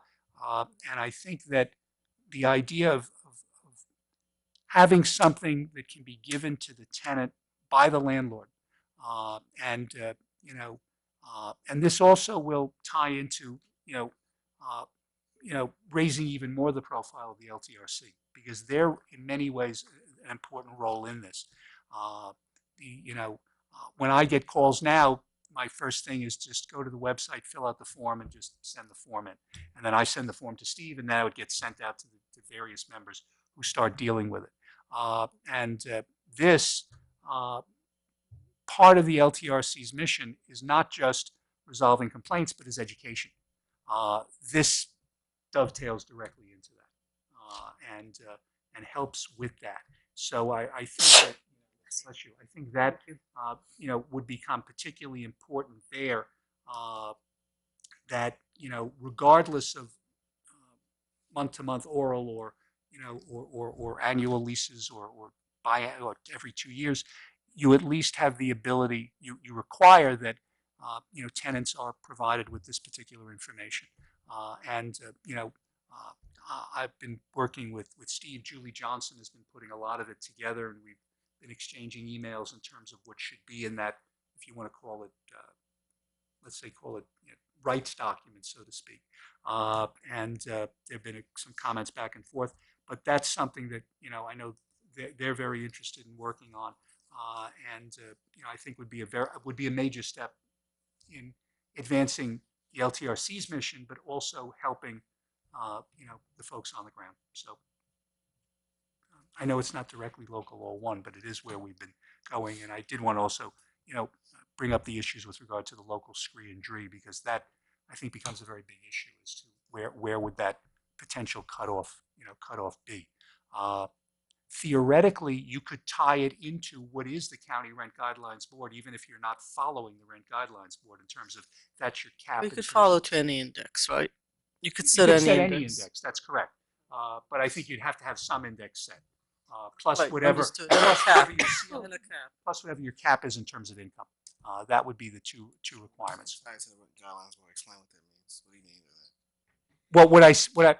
Well, what I'm saying is, in terms of currently the scree and dree, the abatement is tied to the increase approved by the County Rent Guidelines Board. That could be an index that you could decide to use, even though you're not using, let's assume that ETPA is no longer in existence. Or even if it was, but you wanted to expand scree and dree to non-ETPA units, which is, if you wanted to go, because we have, we're only going pre-1174. If you wanted to go beyond that, you'd have to look at some means of how do you index it, how do you determine. So if the increase was 3%, you would say, hey, our abatement is going to be 3% of your current rent, or for that particular year, for those seniors and those who are disabled. If that's what this board agrees with. And then whatever else is left over, the senior has to pay. If you're saying, in other words, if the increase is 6%. So if the rent went up 10%, the senior would be responsible for the other 7%. That's correct. And the abatement to the landlord would only be for the 3%. That's correct. And that would be something that this board would have to ultimately decide. Because, again, as to the non-ETPA buildings, currently there's no abatement whatsoever. So, but that's a policy decision from your end. Thank you for the recap of the lengthy discussion with Land and Tenant Relations Council. Thank you, Steve Dewey, for being here and for all of the council members who participated in the conversation today. Are there further questions and comments from the board?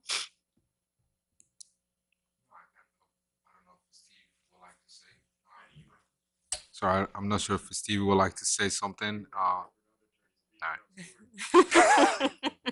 All right. Thank you. It was very helpful to be part of that conversation early today. There's gonna be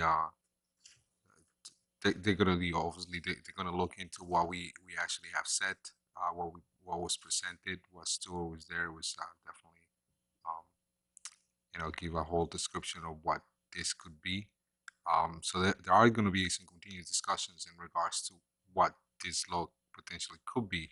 So we're going to be meeting sometime next month as well to discuss. I think maybe self-committed. Maybe I wasn't 100% sure if that's going to happen, but I think as a whole, committed itself, it's going to be definitely more discussions and it come out great ideas like Stuart mentioned. So and even like I said, the registration part came out, which I brought that up to the board 5 years ago, I think. But yeah. So I don't have any more questions. And I'll be working with some of the individual members tonight who have sort of taken discrete parts of this. So we'll put that together even before the next meeting of the LTRC, so we can, because their next meeting is actually the next meeting is February 6th. So we'll be able to, have something further for this board. Steve, who's the vice chair now? Oh, you guys didn't determine tonight? Oh, because of this. Okay, got it. Oh, that's very nice. Great, thank you. Would it be fair that local law wouldn't really be a law requiring written leases, but a statement? At this point, that's what we're looking at right now. But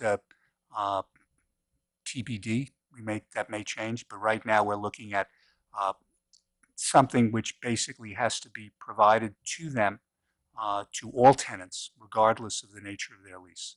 But is it fair to say that we as a municipality cannot require written leases? If it's less than a year. A year or less. Oh. The answer I can give you is this. New York allows oral leases. I have not come across any municipality that has imposed the requirement for a written lease for leases that are under or 1 year or less. So I don't think it's a home rule issue. And I should point out that New York, New York statute does not specifically talk about oral leases. What it basically says that a lease that is less than 1 year, that is 1 year or is more than 1 year, has to be in writing. The presumption for then is that there are leases that are less than 1 year that do not have to be in writing. Do not have to be in writing is not the same as saying that you can't compel a written lease. What it simply says is that the state allows you to proceed with non-written leases. But I don't want to leave the impression tonight that answer is definitively answered yet. I can simply tell you that my research has not come across any municipality in New York State that imposes a requirement of written leases across the board for any type of residential lease, regardless of term. So are you venturing to be that first municipality? I'm not venturing to be anything. I'm the corporation counsel. I go by what you folks want to do. So is the board venturing to be that first municipality? Well, if we're venturing, we may end up being. That's not the same as venturing to be. We may end up being one of the first. We don't know yet. I mean, he doesn't even know yet. And he's the council, right? So we need to find out what we know and we don't know. I mean, we're not even. I mean, this is still clearly an exploratory phase of many conversations. I would just caution, sorry, these chairs, by like this time, I'm like slouching back. I would just caution the words, again, words and definitions matter.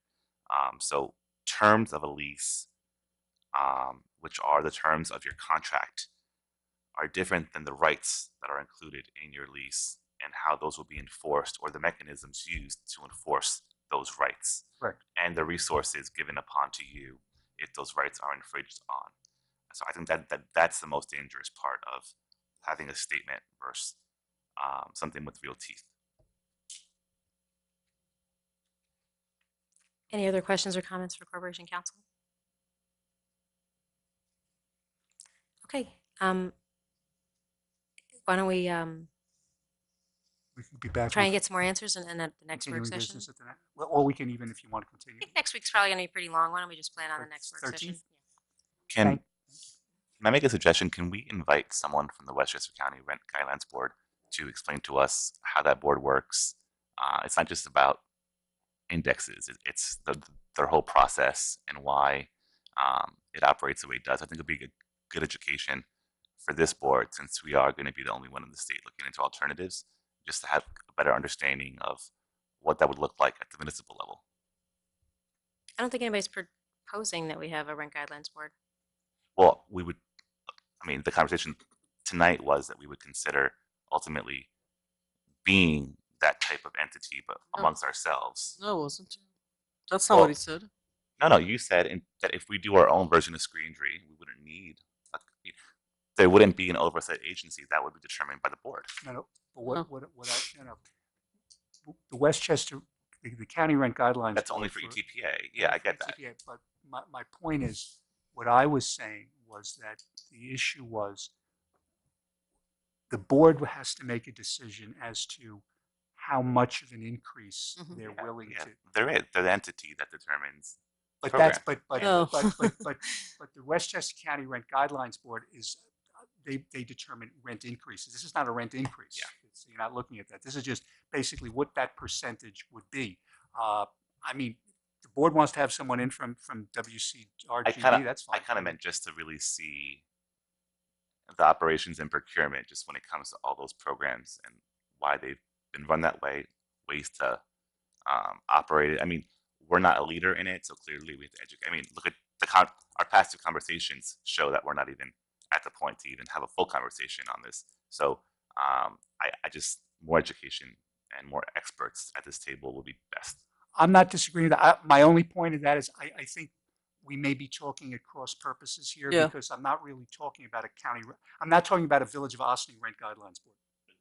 Or anything like it. He's saying an index that he wants to come up with. And you do it to the Consumer Price Index. Yes, I was just going to say that. Actually, a consumer price index, which is would actually a CPI, would be more economically astute than the other way.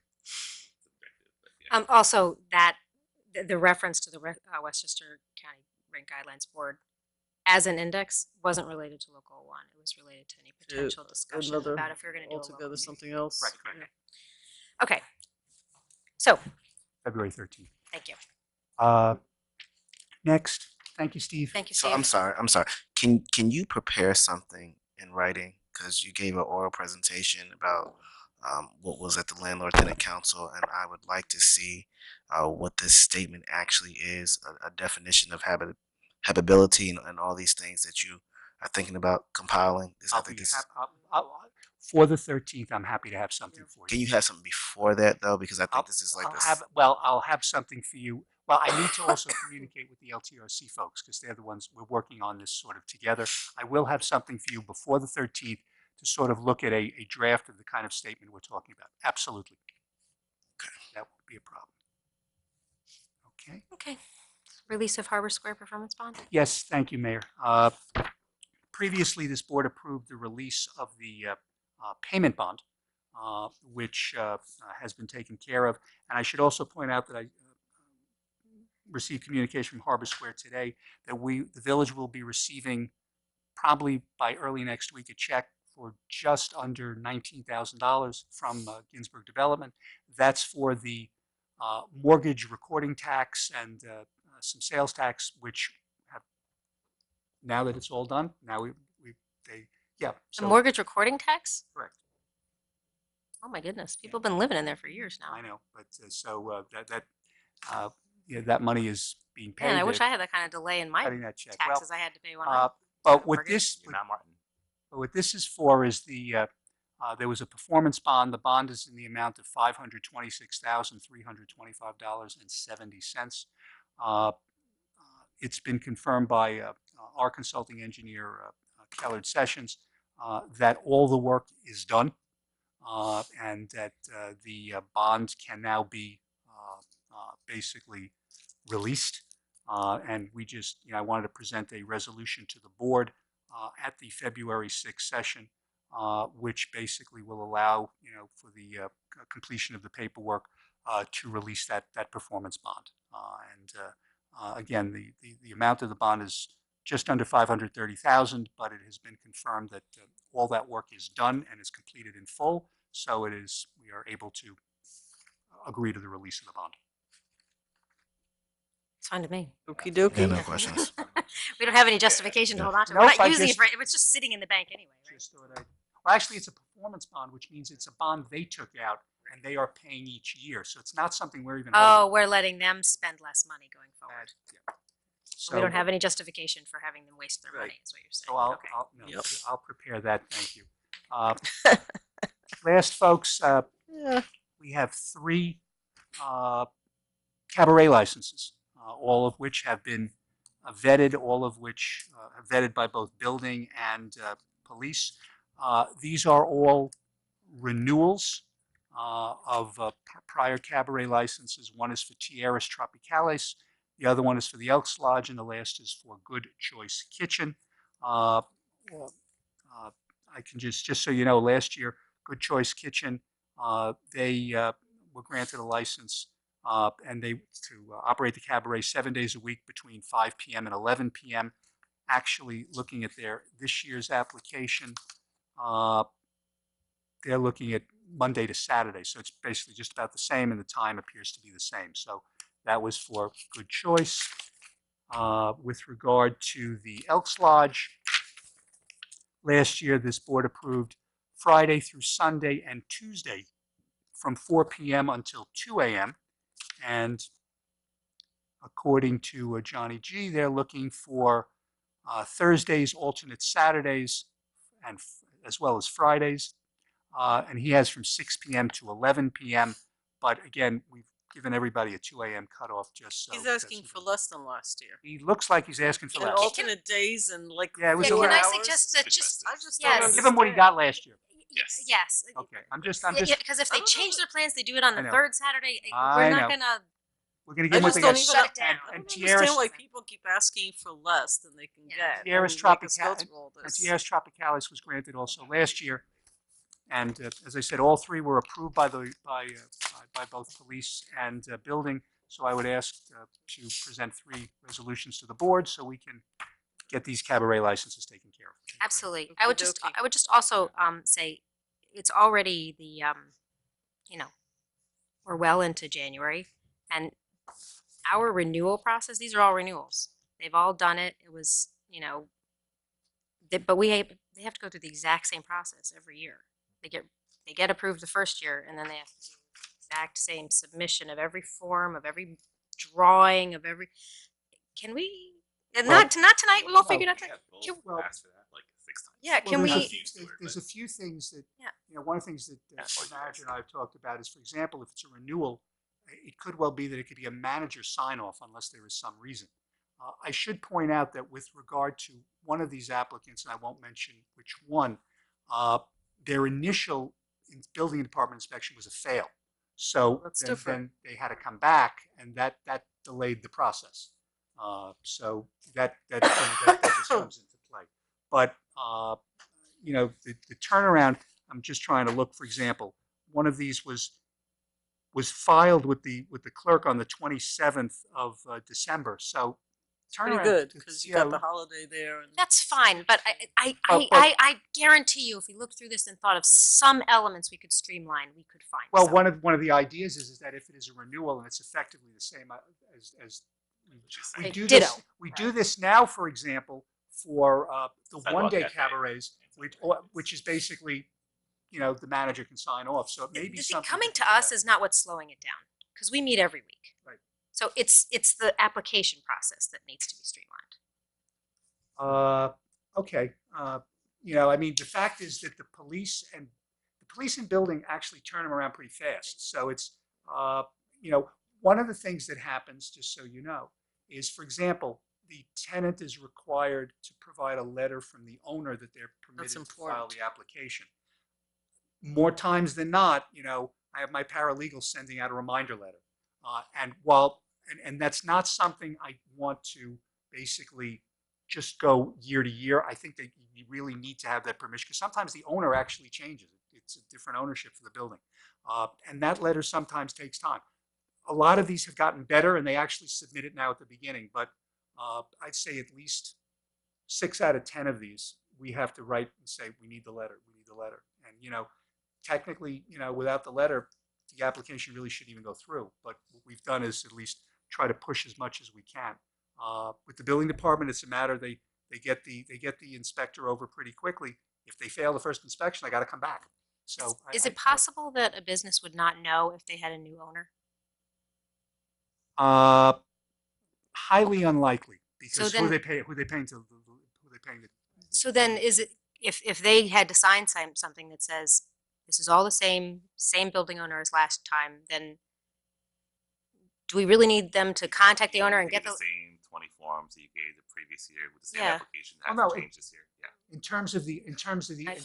owner, then all they have to do is the owner could say, essentially same letter as last year, just crosses out the date. It's just another layer of, I'm It just is. wondering cost benefit. We can look into that. There will be more coming in the queue Future because there are conversation. more that are out there. Okay, I great. actually want to know the owner, and I want it every year. I want to know who the owners of these businesses are. Who they are. I need to know who their people are. But the owner's on file. I would like to know who the owners are. I'm sure there's a way to streamline beyond that, but who the owners are and that they sign something that says they're the owners. Especially with some of we have mostly mom and pop stores here. We do get applications where it's for a cabaret, and you ask, what days do you wish to operate and what hours, and it's blank. So then you got to get in touch, and the person hasn't given you an email address to give you a phone, and they don't answer the phone. So that holds things up. Change their names. But we'll look at ways. I wasn't suggesting they didn't have to reapply. I was just suggesting it could be a simpler renewal than it was the first time. That's a possibility. That's something we can talk about. But given the time, we're not going to, so we could talk about that offline and, okay. But we thought that we could bring new applications and we could bring applications that fail back to you for consideration instead of just the renewals. Oh, and the renewal's done at the manager. The thing is, what I'm saying is, It's we rubber stamp things if you guys go through the process. The question is, does the process need to be as laborious as it is for renewal? But as far as these three, put them on for the next meeting, They'll be on. We'll have it done. and I look forward to more events in the community. Do we have a motion to adjourn to executive session to discuss matters of litigation? And it also says here matters of personnel. I don't know if there are, but do we have a motion to go into executive session? So moved. All in favor? Aye. Next week is a fifth Wednesday. We will be enjoying a Wednesday doing something other than having a public meeting, barring any unforeseen circumstances. Then join us on February 6th at the Birdsall Fagan Police Court facility for our regular meeting. This meeting is adjourned to executive session.